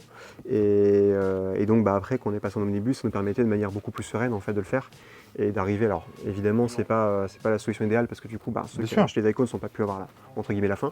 Mais en général, ça arrive rarement des fois qu'on arrête des séries en cours, mais là, dans ces dernières années, mais pour le coup, ouais, j'étais plutôt content qu'on arrive à proposer ça, surtout qu'en plus ça s'inscrit dans une politique où, pour le Punisher, on réédite quand même pas mal de vérifiants de luxe. On aura en plus l'intégralité de tous les récits de Garcinis sur le personnage, Ouais, à part Get Fury qui est un peu trop récent. On aura Soviet, notamment sa dernière série en date, dans le 4e omnibus si je dis pas de bêtises. Et aussi on aura, côté Daredevil, on a quand même tous les Bendis, Brubaker de dispo, le Miller, le Nushanti, peut-être d'autres l'année prochaine, on ne sait pas. Ah ouais, bon, de toute façon, on sort déjà notre Daredevil de lui en fin d'année, donc il est logique qu'on en sorte un autre l'année prochaine. Bah donc, oui. Mais désolé Aurélien, je t'ai grillé une cartouche. Et non, du coup, non, je regardé un peu des trucs. Tu vois, on parlait de Sentry, on a là, mais Daredevil, il y a le rayon. Tu parlais du coffret Spider-Man. Ouais, ils l'ont tout vendu, tu vois. Après, on était en rupture en fait à l'office, très honnêtement, je suis très content qu'ils soient aussi vite partis. Où en fait, alors attends, je crois que j'ai retrouvé la planche, je pense, mais en fait, Matteo, qui est notre coordinateur éditorial, il a pris une double page que je trouve vraiment vénère en fait. Évidemment, j'ai pas la retrouver tout de suite. Non, putain. J'ai pas lu le 2, ouais, j'ai lu le 1, j'avais bien apprécié. Alors ça, c'est du McFarlane Porn. Hein. Tiens, ouais. Ah ouais. Et encore, t'as peut-être pas lu la nouvelle série, je suis con, elle n'est pas sortie. Elle est sortie, il n'y a que le numéro 1 qui est sorti. Il y a Deadpool, n'importe quoi. Spider-Man et Wolverine de Guggenheim et de Carandrews au dessin. C'est du années 90 score. Voilà, en fait, c'est ça le coffret. Ah oui. Et juste ça, en fait. Donc, qui fait le tour. Donc, voilà. Donc, si vous êtes sur Vinted et que vous le vendez, je connais quelqu'un d'intéressé, du coup. Ça fait Non, tu vois, on a Daredevil, on en parlait. Qu'est-ce qu'on. Tu vois, de quoi on Daredevil, toi, c'est un personnage qui t'a marqué, ouais? Ouais, honnêtement, ouais, parce que à l'époque, dans les intégrales qu'il y avait à la bibliothèque, il y avait évidemment celle de Miller. Ouais. Et c'est marqué aussi parce que Miller, je découvrais via Sin City. Ouais. Et tu vois, je n'ai pas parlé, effectivement. Tu as découvert Miller, je trouvais avec Sin City, ouais. J'ai découvert comme ça parce que les albums me marquaient graphiquement, un peu comme Sandman. Si tu veux. T'avais c'est plus l'édition que j'ai connue, mais par contre, ouais. Moi, j'ai l'édition Rackham. Tu sais, le gros. Oui, la grosse édition, ouais. Moi, j'avais la première que je me suis achetée, du coup, pour moi, c'est l'édition blanche. Ouais. Qui est très belle, très salissante. Évidemment, vu que je suis un peu crado, je pense qu'elle doit être noire maintenant. Mais en plus, ça fait un peu papier. Ouais, alors du coup, il faut éviter d'avoir les mains trop moites, parce qu'il n'y a pas de mémoire, pas de pelliculage en fait sur la couverture. Mais je la trouve après, elle est super belle, quoi. En magasin, quand je l'avais vue, j'étais je crois que j'ai dépensé mon premier salaire là-dedans, en fait. Mais en tout cas, c'est. Et moi, le premier gros achat, c'était l'omnibus de Sin City. Ah ouais, donc il s'appelle, je sais plus comment ça s'appelle, The Big, il avait un nom comme ça. Genre, ouais, je sais plus, c'était... The Big One, il avait fait un jeu de mots par rapport à la série, je crois. Quelle claque, franchement. Ouais, non, il y a visuellement. Sin City, c'est incroyable. Et ce qui est intéressant aussi, alors je sais pas s'il est là, mais c'est de voir en fait les apparitions futures ou de personnages. Comment dire, pas forcément ça, mais j'entendais dans Elektra Lives Again de Miller. Il y a déjà un énorme fossé en fait de dessin entre évidemment le début de son run et le niveau qu'il a à ce moment-là. Et je trouve que la fin donc Daredevil s'est fait casser la gueule et la fin en fait où il s'allume une clope et tu vois en fait les bandages sur Matt Murdock, on dirait Marv. Ouais, complètement. Fou. Alors je l'ai pas ici pour prouver ce que j'avance, mais en fait qu'au début quand tu suis le récit. De mémoire, il s'allume une clope et tu le vois. En fait, ce Daredevil-là, il ressemble étrangement à ce Marv ici.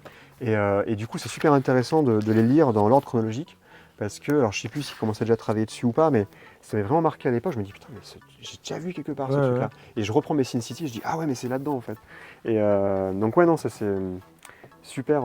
Enfin, de toute façon, bah, je vais apprendre à personne que c'est super. Bah ouais, non mais c'est clair. Frank Miller, ouais, j'avoue, c'est. Bah, en plus, je sais pas si t'écoutais le podcast avec Mathéo, c'est son dieu, il l'a rencontré.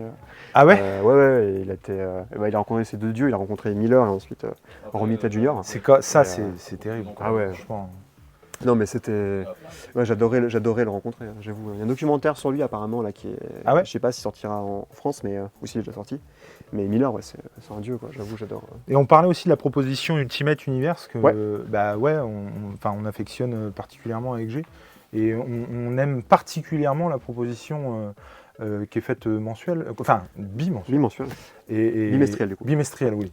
Je me suis rendu compte en le disant. Et bah, effectivement, parce que déjà, elle permet de suivre tout un univers au fur et à mesure des épisodes. Et ouais, quel plaisir. Et en fait, je prends plaisir à découvrir des choses sur lesquelles je ne serais pas forcément allé. Là, vous avez annoncé les...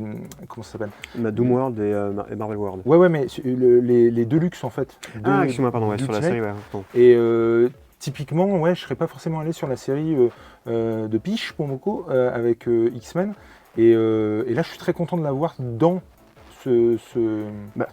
En fait, tome-là. on a déjà parlé, je pense au moment d'enregistre, il y a une vidéo d'ingé comics avec laquelle on a enregistré en fait, un débrief des big news de octobre, novembre, décembre. Et il nous posait la question, en fait, c'est pas trop tôt, est-ce que du coup vous n'avez pas peur que ça nuise aux ventes de ça ? Et en fait, pour nous, on a toujours conçu, quand il y a notre planning, en plusieurs temps. Et c'est-à-dire que dans notre planning, tout ne s'arrête pas au même type de lecteur et pas au même rythme de lecture non plus. Et on a à cœur toujours, avec nos éditions souples qu'on édite depuis des années, que ce soit à l'époque les kiosques, puis après depuis en gros la fin des années 2010, donc les revues librairies et les périodiques maintenant à 16 € avec Marvel Comics, bientôt Marvel World, Star Wars qu'on a eu, Ultimate Universe, les périodiques événementiels, d'avoir ce côté rester au plus proche avec les contraintes du marché français, de la lecture VO, c'est-à-dire avoir des récits en souple qui vont se construire petit à petit. Tous les mois, on revient acheter sa suite pour découvrir un univers en expansion, un univers étendu en expansion, un univers partagé, et avec le plaisir de se dire ah ouais, effectivement, par exemple, typiquement Ultimates, on en parle souvent avec Aurélien, mais quand l'univers est annoncé, moi j'avoue, je jurais que par X-Men et j'aimais beaucoup la série de Spider-Man. Black Panther est très sympathique aussi, mais j'avoue Ultimates, par exemple, je me suis dit, je connais pas le mec, c'est bizarre. Son nom dit quelque chose. En fait, il avait fait une histoire chez Marvel, mais pas grand chose d'autre, pour le moment en tout cas chez nous. Et puis après, Ultimates, c'est la série qu'on a découvert et qu'on s'est mis à aimer encore plus que tout le reste. Et Ultimates, surtout en fait avec le numéro 4, où en fait il y a le fameux numéro 4 du coup de Ultimates, justement. Je pense que qui n'a pas versé une larme dessus n'a pas de cœur. Vraiment. Là, je me suis... Ouais, non, franchement, j'ai... Et en plus, tu as des idées, par exemple, on en parlait avec Aurélien, mais vu que l'épisode n'était pas sorti, on ne pouvait pas le dire, mais dans ce numéro 4, sur les cas fantastiques, on a 4 cases. Dans Ultimates 11, vu qu'on est sur le chiffre, enfin le nombre 11, c'est que des splash pages. D'accord. Je crois que c'est Ron Frédéric qui dessine, il fait un travail de malade mental. J'ai jamais vu des cadeaux si belles sur Thor, c'est trop bien. Enfin non, pas jamais vu, j'abuse. Mais en vrai, c'est super cool. Et il y avait aussi sur Luke Cage, qui est l'issue donc 9 de Ultimates, où en fait c'est en gaufrier 9 cases. D'accord. Et en fait ça représente des barres de prison. Parce que c'est un récit carcéral en fait cet épisode. Trop bien. Et ce qui est intéressant, c'est ce que Dennis Cam fait du coup aussi graphiquement avec Javier Rodriguez sur Absolute Martian Manhunter. Qui a démarré en VO et qui sortira en VF l'année prochaine ou en fin d'année, ce que j'ai compris. Et ça, faut absolument pas le louper. Ça me chauffe, mais alors, ça a l'air trop bien. Et Martian Manhunter, c'est un personnage qui me... dans la série télé de Justice League, je sais pas si tu l'adorais, mais moi, j'adorais son look, quoi. Et puis même, c'est ce que j'en parlais aussi dans New Frontier. Je trouve que le personnage est excellent et j'aimerais vraiment lire des trucs sur ce gars-là. J'aime bien les versions un peu dépressives qu'en a fait Jeff Lemire dans Black Hammer aussi. Oui, bien sûr, c'est complètement ça. C'est ça qui est intéressant aussi, c'est que du coup, c'est quand même des archétypes qui après ont évolué ou pas, et ce qui en fait du coup Rodriguez graphiquement avec ce côté un peu plaido. Graphiquement, là j'ai lu le numéro 3 là. Qu'est-ce que c'est bien. Ah ouais, non, mais. Enfin, vivement qu'ils sortent en VF pour que le maximum de gens le découvrent et tout, mais c'est Mais absolument génial. Quoi. Mais c'est vrai que c'est pour ça aussi, tu vois que Alors, on va pas refaire le match, hein, de toute façon, par rapport au kiosque et l'arrêt du kiosque tel qu'on le Ouais. connaissait. Mais c'est vrai que moi, il y a eu tellement de fois, en fait, où j'aurais Découvert d'autres séries. ouais, pas parié sur un Bien sûr, truc et je découvrais des séries. Je me souviens d'une série avec le caïd pendant Civil War 2, Ouais. tu vois. Et Oui, je vois très bien. Ouais. et j'avais adoré cette Mhm. série-là. Et alors que pour autant, j'aurais jamais misé un copec là-dessus, je serais jamais allé là-dessus. Bah, J'ai adoré ce truc. il y a pas mal de quoi. séries comme ça, tu vois, les séries X-Factor de Peter David, apparemment c'était un peu aussi en sous-marin et En puis loose, ils l'ont ouais. découvert.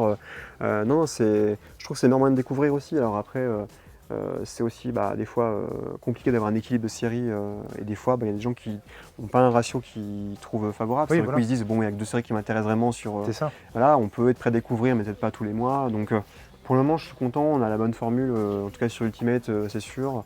Peut-être qu'il faudra en rajouter un ou deux de plus l'année prochaine, parce qu'il commence à y avoir de plus en plus de séries. Bah, Et on va prendre un peu de retard peut-être, Ouais. parce que finalement il y a Ultimate Incursion qui va sortir, on a Wolverine qui démarrera au numéro 7 ou 8 si j'ai pas de bêtises. Mais vous resterez, quoi qu'il arrive, sur la même périodicité au niveau parution. C'est ce que je me disais justement, peut-être qu'il y aura un mois où il y en aura un entre les deux, parce que sinon on prendra trop de retard. Mais ça restera pour le moment en tout cas on n'a pas encore à la marge. Quoi, on n'a pas, j'ai pas encore les sommaires, honnêtement je peux pas faire de promesses. Non, bien sûr, mais et puis ou pas de phase de fausses nouvelles. Mais non, et puis précisons-le, tu as raison de le dire, mais c'est plus un avis qu'autre chose, tu vois. C'est un avis où, en fait, on s'en est parlé avec Aurélien et en truc de rédac aussi, c'est que quand j'ai vu le nombre de séries qui démarraient, je me suis dit, quand même, il faudrait que je regarde le retard qu'on a par rapport à la VO, parce que vu qu'il y aura des événements aussi qui vont arriver cet été, dans l'univers Ultimate, parce qu'il y a un fameux compte à rebours qu'on retrouve, qui est un peu le truc un peu horrible à qu'on va revenir et tout là. C'est génial. Du coup, je suis très curieux de voir en fait où ça va aller. Et du coup, bon, autant on garde un peu d'avance aussi pour sortir au mieux après tout ça. Ouais. Mais c'est vrai que je suis très content en fait du succès déjà de la formule, de la confiance que nous font les libraires du CSA, d'avoir leur couverture clairement. aussi, qui nous suivent du coup déjà depuis 5 numéros. Et la 6e est annoncée. Oui. Le 5e. Attends. Là, c'est le 5. C'est le 5, Ouais. ok, la 6e est annoncée, avec Pépé Larraz au dessin qui est une super couverture. D'accord. Voilà, et puis donc du coup, moi ce que j'aime beaucoup c'est quand les libraires nous font confiance, ça veut dire qu'on a la bonne formule et que s'ils y croient, c'est que voilà. Bien sûr. Donc après ils vont convaincre d'autres lecteurs et lectrices que en fait c'est la bonne formule et que voilà quoi. Donc non, je suis très content. Bah, top. Est-ce qu'il y a autre chose dont tu voulais parler chez Marvel ou chez DC ou en DC, ouais, en Franco, dis-moi. En DC, je pense avoir des trucs. À Flash, peut-être, tu vois, genre. Alors. Allez, Geoff Jones présente Green Lantern.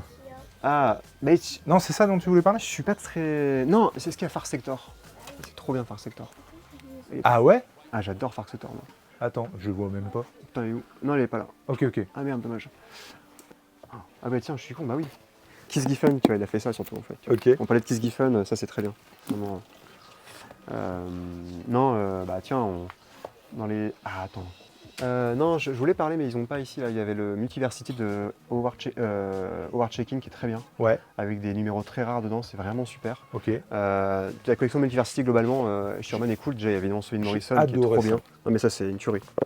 J'ai adoré ça, j'ai trouvé ça ouf. Non, dommage, j'ai pas de Chaykin, mais bon, après, c'est pas. Je pense pas que ce soit un gros succès. De Multiversity? Non, le Multiversity de Chaykin. Ouais. Moi j'adore. Alors Chaykin, c'est quelqu'un, ils avaient édité en Urban Cult. Ouais. C'était le American Flag. D'accord. Et Ah oui, Chaykin, c'est oui, aussi un dessinateur ouais. qui a fait les premiers récits Star Wars en comics. Ok. Il a fait aussi du coup, il a fait les couvertures et quelques numéros de comment ça s'appelle, de Micronauts. Ouais. Aussi, donc, parce qu'on parlait de Rome, voilà. Et du coup, non, c'est vraiment, vraiment super. Et non, je sais pas s'ils sont là du coup, les Titans. Et non, moi j'ai découvert avec grand plaisir les Flash de Mark Waid. On m'a parlé depuis un moment. Ouais. Et ce qui est intéressant, c'est qu'en plus tu vois du coup l'arrivée aussi de Ringo, hein, que tu retrouveras après sur les FF. Ouais. Et ça, j'avoue, c'est pareil en Chronicles. En Chronicle du coup, ouais. Globalement, je suis assez non, je casse tout, ça y est. Globalement, Chronicles, ouais, alors à part Batman, parce que j'avoue que Batman, j'arrive plus à lire de Batman, j'en ai trop lu, je pense. Ouais, je crois que j'ai plus. Les seuls Batman que j'ai lus à la limite c'est Dark Pattern récemment, parce que j'adore le dessin de Sherman sur Absolute Wonder Woman et j'adore les couleurs. Mais du coup non, je voulais découvrir le Sherman. J'avoue que avec le temps, j'arrive plus à lire trop de Batman. Mais par contre, les récits avec lesquels je prends vraiment beaucoup de plaisir. J'ai dit à Tom Taylor, parce qu'il est au festival, du coup, moi j'ai pris une. Pareil, on parlait un peu comme Rook Exodus ou autre. Ouais. Je pense pas que ce soit le récit majeur et tout, Elseworld machin, mais qu'est-ce que c'est fun à lire. Ouais. Qu'est-ce que c'est sympa à lire. Franchement, c'est vraiment... Le premier apéro comics qu'on a fait ici, et d'ailleurs je pense que je vais l'acheter là pour le faire signer par Tom Taylor, parce que c'est ce qu'ils m'ont recommandé en premier. Ouais. Sur l'apéro comics, ils étaient... déjà, c'est ce qu'il y a de génial avec Bulle en Stock, c'est qu'on se parle comme ça, tu vois. Ouais. Et ils me disent, déjà, on en vend des caisses, on a halluciné, et en fait, on voit un tel engouement qu'on a évidemment été obligé d'y regarder de plus près, quoi. Parce que comme... Certains, on était un peu en mode, c'est un Elseworld, tu vois, mais bon, c'est un truc un peu, ouais, ok, c'est du Game of Thrones. Il dit, on l'a lu, on a surkiffé, quoi. Je suis un peu moins fan de la fin, donc je trouve un peu, il y a 2-3 trucs que je trouve un peu moins cool que dans le début, mais globalement, j'ai passé un très bon moment. Et c'est vrai que, un peu comme Donny Cates, Tom Taylor, il a cette capacité à avoir un truc ultra efficace.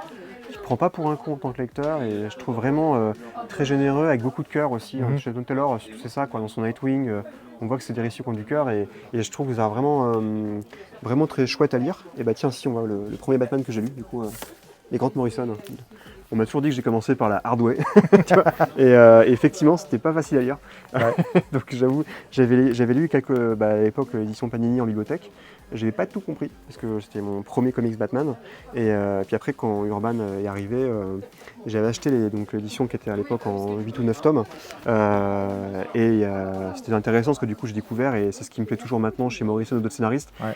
C'est que, et ce qui m'agace pour le coup avec Batman, c'est que j'ai l'impression qu'on n'a vu que trois histoires de Batman, et on passe leur temps, les scénaristes passent le temps à ne parler que ces 3 titres-là, quoi. Et avec Morrison, comme avec Ali Wing, comme avec Mark Waid, comme avec Alex Ross, ces grands artistes, ils vont parler d'autre chose, ils vont les piocher ailleurs. C'est ça, et donc tu as le Batman de Zurenard qui vient d'une histoire avec où il saute dans l'espace et en fait il prend ce médecin-là, il va en faire le pire méchant de l'univers au début de ça, et c'est super intéressant, et ce qu'ils ont fait est diablement malin et tout, et là j'ai qu'une hâte, mais bon c'est le temps qui va me manquer, c'est de m'enchaîner tout le travail de Morrison chez DC, parce que j'ai vraiment des fuckés de la tête de DC à Nice, et de Morrison, et qui du coup me disent mais mec, ça prend son sens que si tu lis tout en ordre. Faut que je m'y mette parce que tout le monde m'en parle. Et alors, si Urban nous écoute, c'est faux, hein. Mais si Urban nous écoute, moi je préconise comment ça s'appelle, un livre audio à côté de commentaires de G. Lui, il a détesté. Oui, c'est vrai. Il a détesté. Oui, c'est vrai qu'il Et vraiment, il est en mode, mais arrête tes conneries, quand même. Et c'est vraiment excellent. À chaque fois qu'on en parle, vraiment, c'est top. C'est ça, l'imaginaire de Grant Morrison, c'est écrasé contre le pragmatisme de Saint-Étienne. Tu vois, Mais non, mais c'est vraiment... Le pragmatisme stéphanois, on va chercher le gentil. Mais tu sais, moi, j'ai lu, par exemple, All Star Superman. Ouais. Que j'ai aimé, je l'ai lu très tard. Hein. On en a fait une émission il y a peut-être 1 an. Et j'ai bien aimé, mais en fait, je trouve qu'il a des super concepts. Mais j'ai pas trouvé ça non plus transcendant, quoi. Ça m'a pas transcendé. Il est là en bas. Mais je regardais s'il y avait des Animal Man de lui, en fait. Si t'as l'occasion de lire Animal Man. Ouais. Franchement, on est d'accord que c'est juste pour être sûr. La couve avec justement le dessinateur.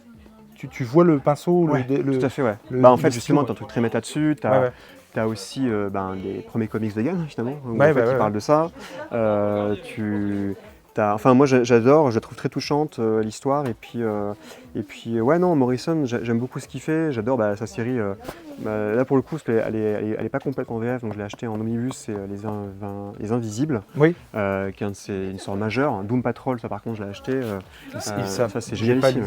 On n'arrête pas de m'en dire. Après bon, j'avoue Morrison, j'aime beaucoup, mais ça c'est vrai que ça c'est un vrai cycle qui m'a vraiment beaucoup bouleversé, moi. Enfin je le trouve vraiment... en fait, si tu veux, c'est génial dans la narration, parce que... Et puis Quietly, putain.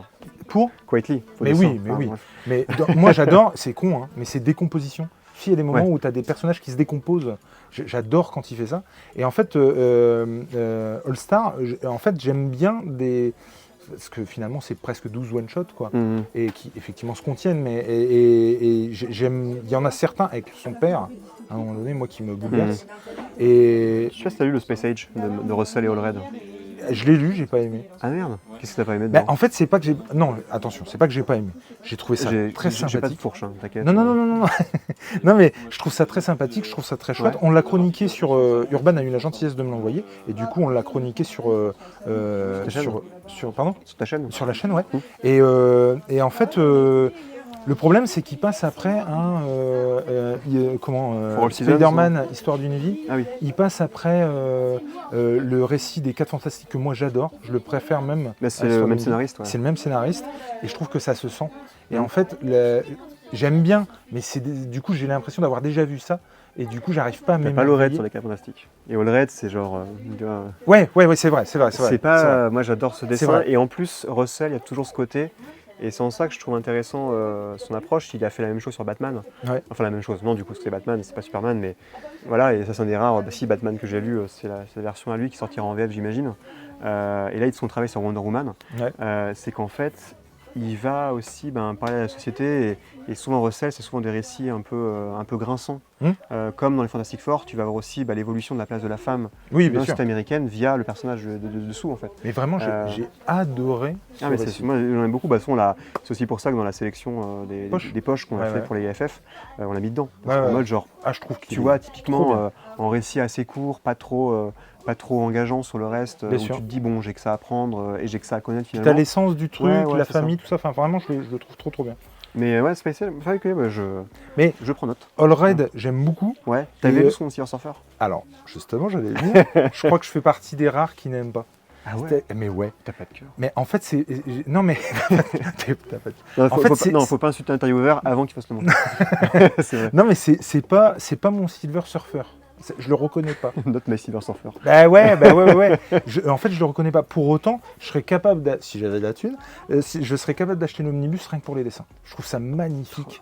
Je trouve ça, mais ça pète la rétine, quoi. Si tu veux, au bureau, un cutter, je te prends les pages, tu vois, genre, avec Non, un petit cadre, ça sera sympa. Non, mais je trouve très sincèrement qu'il y a, je sais pas, il y a plus de 50% du truc que tu peux encadrer. Enfin, en fait, honnêtement, tu vois, j'ai vu que le numéro 4 d'Ultimates, qu'on parlait avec le truc de narration, n'a pas été nommé dans les meilleurs issues. Les meilleurs épisodes du coup aux Eisner, mais justement le Silver Surfer de Allred l'avait eu, l'Eisner, et l'animation et le prix, et c'est cet épisode-là qui peut se lire en fait dans les deux sens, et t'as des prouesses graphiques. Ah ouais, non mais c'est clair. Ah mais Allred c'est... Accident de micro. Alors, attends, est-ce que j'ai encore... Vas-y, teste. 1, 2 à 2. Ouais, ça a l'air de... Ouais, en fait je suis italien, je parle avec ma main du coup. Non, bah écoute, on a fait déjà pas mal. Bah ouais, c'est cool. Au bout de 3 heures, ils vont se passer. À propos des absolus, t'as tenté, t'as bien aimé? Moi, j'ai tout en VO. T'as tout lu en VO? Tout en VO, je suis à jour. Et du coup, sans spoiler évidemment, mais t'as une préférence? Manhunter, Wonder Woman, donc il n'est pas encore sorti le Manhunter. Pour l'instant, alors ça remonte un peu parce que en dernier, j'ai bien aimé le Superman et le Flash qui pour le moment, ne me plaisent pas trop, même si les derniers numéros dessinés par Di Giandomenico sont vraiment, je trouve, intéressants. Par contre, graphiquement, il y a des super idées, notamment au niveau de la cape. En fait, c'est une cape de poussière d'étoiles. Et en fait, je la trouve incroyable. Et il y a des idées... Pour le moment, Aaron, je le préfère sur les trucs un peu plus épiques, et je trouve que ce style épique, pour l'instant, je trouve ne colle pas avec le personnage. Donc pour le moment, je suis un peu sur le... Mais je la suis sans déplaisir non plus, donc voilà. Batman, bon, moyenne, je suis pas très fan de Snyder. Non, oui, tu disais, même si graphiquement, Dragota, il fait un travail de malade. En film artiste, il a Marcos Martin, c'est le dernier numéro sur Freeze, c'est une... Alors, je l'achète que pour les dessins, du coup. J'ai les moyens, tu vois. Et en coup de cœur, vraiment, la Wonder Woman est vraiment très bien. Je trouve que déjà, Kelly Thompson fait un super travail. Graphiquement, Eden Sherman fait un travail monstrueux. Le film artiste là, qui sera dans le deuxième tome, Mathias De Yuli, je crois, il fait une histoire courte, comme j'adore, qui va convoquer la mythologie, le conte, c'est trop bien. Flash, l'émir, pour le moment, il n'y a que 3 numéros. Je suis un peu sur le bas-côté, là, encore, parce que je trouve que ça met du temps un peu à démarrer. Et tu vois, par rapport à son GSA que je trouve vraiment beaucoup plus canon. Et pour le moment, alors prometteur, mais pareil, on a que 2 numéros, c'est le Green Lantern de Halloween, parce que Halloween. Non, je vais pas faire automatiquement c'est bien parce que c'est lui, mais je trouve ça pour le moment intéressant, surtout qu'en plus ça convoque un personnage que j'aime beaucoup, qui est le personnage de Far Sector. En gros, j'ai oublié son prénom, mais j'ai oublié tous les prénoms de Green Lantern, super. Mais disons qu'en fait, tu as tous les Green Lantern qui sont flics, et en gros, tu vois, ils prennent un café, et le Green Lantern qu'on voit sur la couverture, c'est pas le Green Lantern. Autant c'est Bruce Wayne, Clark Kent, d'accord, mais c'est pas le Jordan en fait. Okay. Et ça, tu vois, je suis un peu en mode genre, ok, qu'est-ce qu'il veut faire avec ça? Non, je suis assez curieux de lire. Du coup, de toute façon, c'est pareil. En fait, on parlait, tu vois, de l'univers de poche avec Ultimate Universe, avec Ghost Machine et Energon. Et en vrai, voilà, ça pourrait être un peu limite le mot de la fin, tu vois. Sur les pieds. C'est genre, si vous voulez vous mettre au comics, il y a 4 univers qui vous attendent. C'est ça qui est voilà. génial. Bon, on est un peu dans la merde parce qu'il y en a 3 qui sont chez les autres. Voilà. Mais achetez des comics parce que c'est super BD. Non, mais blague à part, c'est vrai, on n'arrête pas de se plaindre depuis des années sur la continuité et c'est compliqué. Et en vrai, la continuité, c'est pas si important que ça. Je suis assez d'accord parce on s'en fait beaucoup. On en parlait beaucoup avec G, ça, parce que quand on était gamin, on prenait un kiosque, point, et on commençait. Ouais, tu vois ce que je veux dire, moi, les intégrales, je suis arrivé en cours de route, je dis, c'est qui cette rouquine qui n'est pas Jean Grey, en fait, c'est sa fille, mais futur de quoi mais complètement, quoi. Ouais. Et du coup, bon, déjà, on en fait tout un plat mais là, pour le coup, il y a vraiment plusieurs portes d'entrée où vraiment, je trouve que les propositions sont vraiment folles. Et puis en plus, très sincèrement, de qualité, tout le monde s'accorde à dire quand même que la gamme absolue, c'est top. Oui, nous, on s'est mis à 3 dessus. Hein. Moi, je suis sur Batman, Nico sur Superman et Tom sera sur Wonder Woman. Ouais, c'est ça. Et puis, effectivement, moi, Ultimate, je prends un malin plaisir. Là, je vais me le prendre. Je n'étais pas repassé parce que beaucoup de boulot chez Bulle en stock. Je vais prendre et je vais le dévorer, quoi. Enfin, je l'attends à chaque fois avec le Messie. Et pareil, ça, on en discutait. On prend un malin plaisir à relire les épisodes. Le fait qu'il se soit sur 2 mois, mine de rien, on prend plaisir à relire certains épisodes, à se dire « Ah merde, j'ai peut-être pas vu ça. » Ah bon, on se dit des trucs. Pareil pour les Unnamed Ghost Machine, pardon. Non, t'as raison, The Unnamed dans Ghost Machine. Désolé. Où vraiment on se dit hey, t'as vu ça, machin. Et ça, je retrouve vraiment le truc que j'avais quand j'étais gosse. Mais après, bon, c'est plus facile parce que je les ai au bureau, mais j'avoue que aussi relire des fois les albums en relié. Que tu as lu en fait en prépublication, c'est aussi intéressant. Par exemple, tu vois, je suis assez curieux de relire le rythme de. Par exemple, tu vois, le X-Men de Hickman au début de 9X, le relire en album, c'est pas la même expérience. Et ce que je trouve incroyable avec. Finalement, on n'est pas du tout retombé sur nos pieds, on n'a pas fini. Mais le Ultimate de Dennis Cam, par exemple, il a cette force-là d'être d'excellents récits one-shot en fait en tant que tel, un début, une fin en fait, d'un épisode. Tu as une intrigue en arc narratif où là, à la fin du 6e, tu as un affrontement. Et en même temps, tu as une intrigue long cours qui est cette fameuse compte à rebours que tu retrouves à chaque fois. Et arriver à écrire sur 3 temporalités différentes, il n'y en a plus beaucoup qui arrivent à écrire comme ça. C'est clair. Donc un peu comme des grands scénaristes, Peter David ou d'autres, qui en fait, arrivent à écrire sur la satisfaction de l'épisode en cours. Tu as une histoire sur court terme et long terme, et c'est incroyable. C'est vraiment top. On a dit qu'on arrête, allez. Merci, en tout cas, Émile. Je crois que c'est le plus long, mais en tout cas, c'était un des meilleurs. Merci beaucoup. C'était vraiment top de t'accueillir chez Bulle en stock. Enfin, moi, j'accueille rien du tout, c'est eux, c'est pas moi. Ils accueillent tes commandes. C'est ça. À la suite de chaque vidéo. Déjà, je suis arrivé, j'ai pris Sandman. Je repars direct avec tous les tomes de Sandman. Et en tout cas, c'était vraiment top de faire ça avec toi. Merci à toi d'avoir accepté l'invite. Ciao, ciao. Ciao. C'était le Bulle en vadrouille avec Émile. Mettez des pouces, abonnez-vous. N'oubliez évidemment pas de suivre Émile et Aurélien dans leur pérégrination podcastienne avec le Panini Cast. Vous trouverez le lien en description.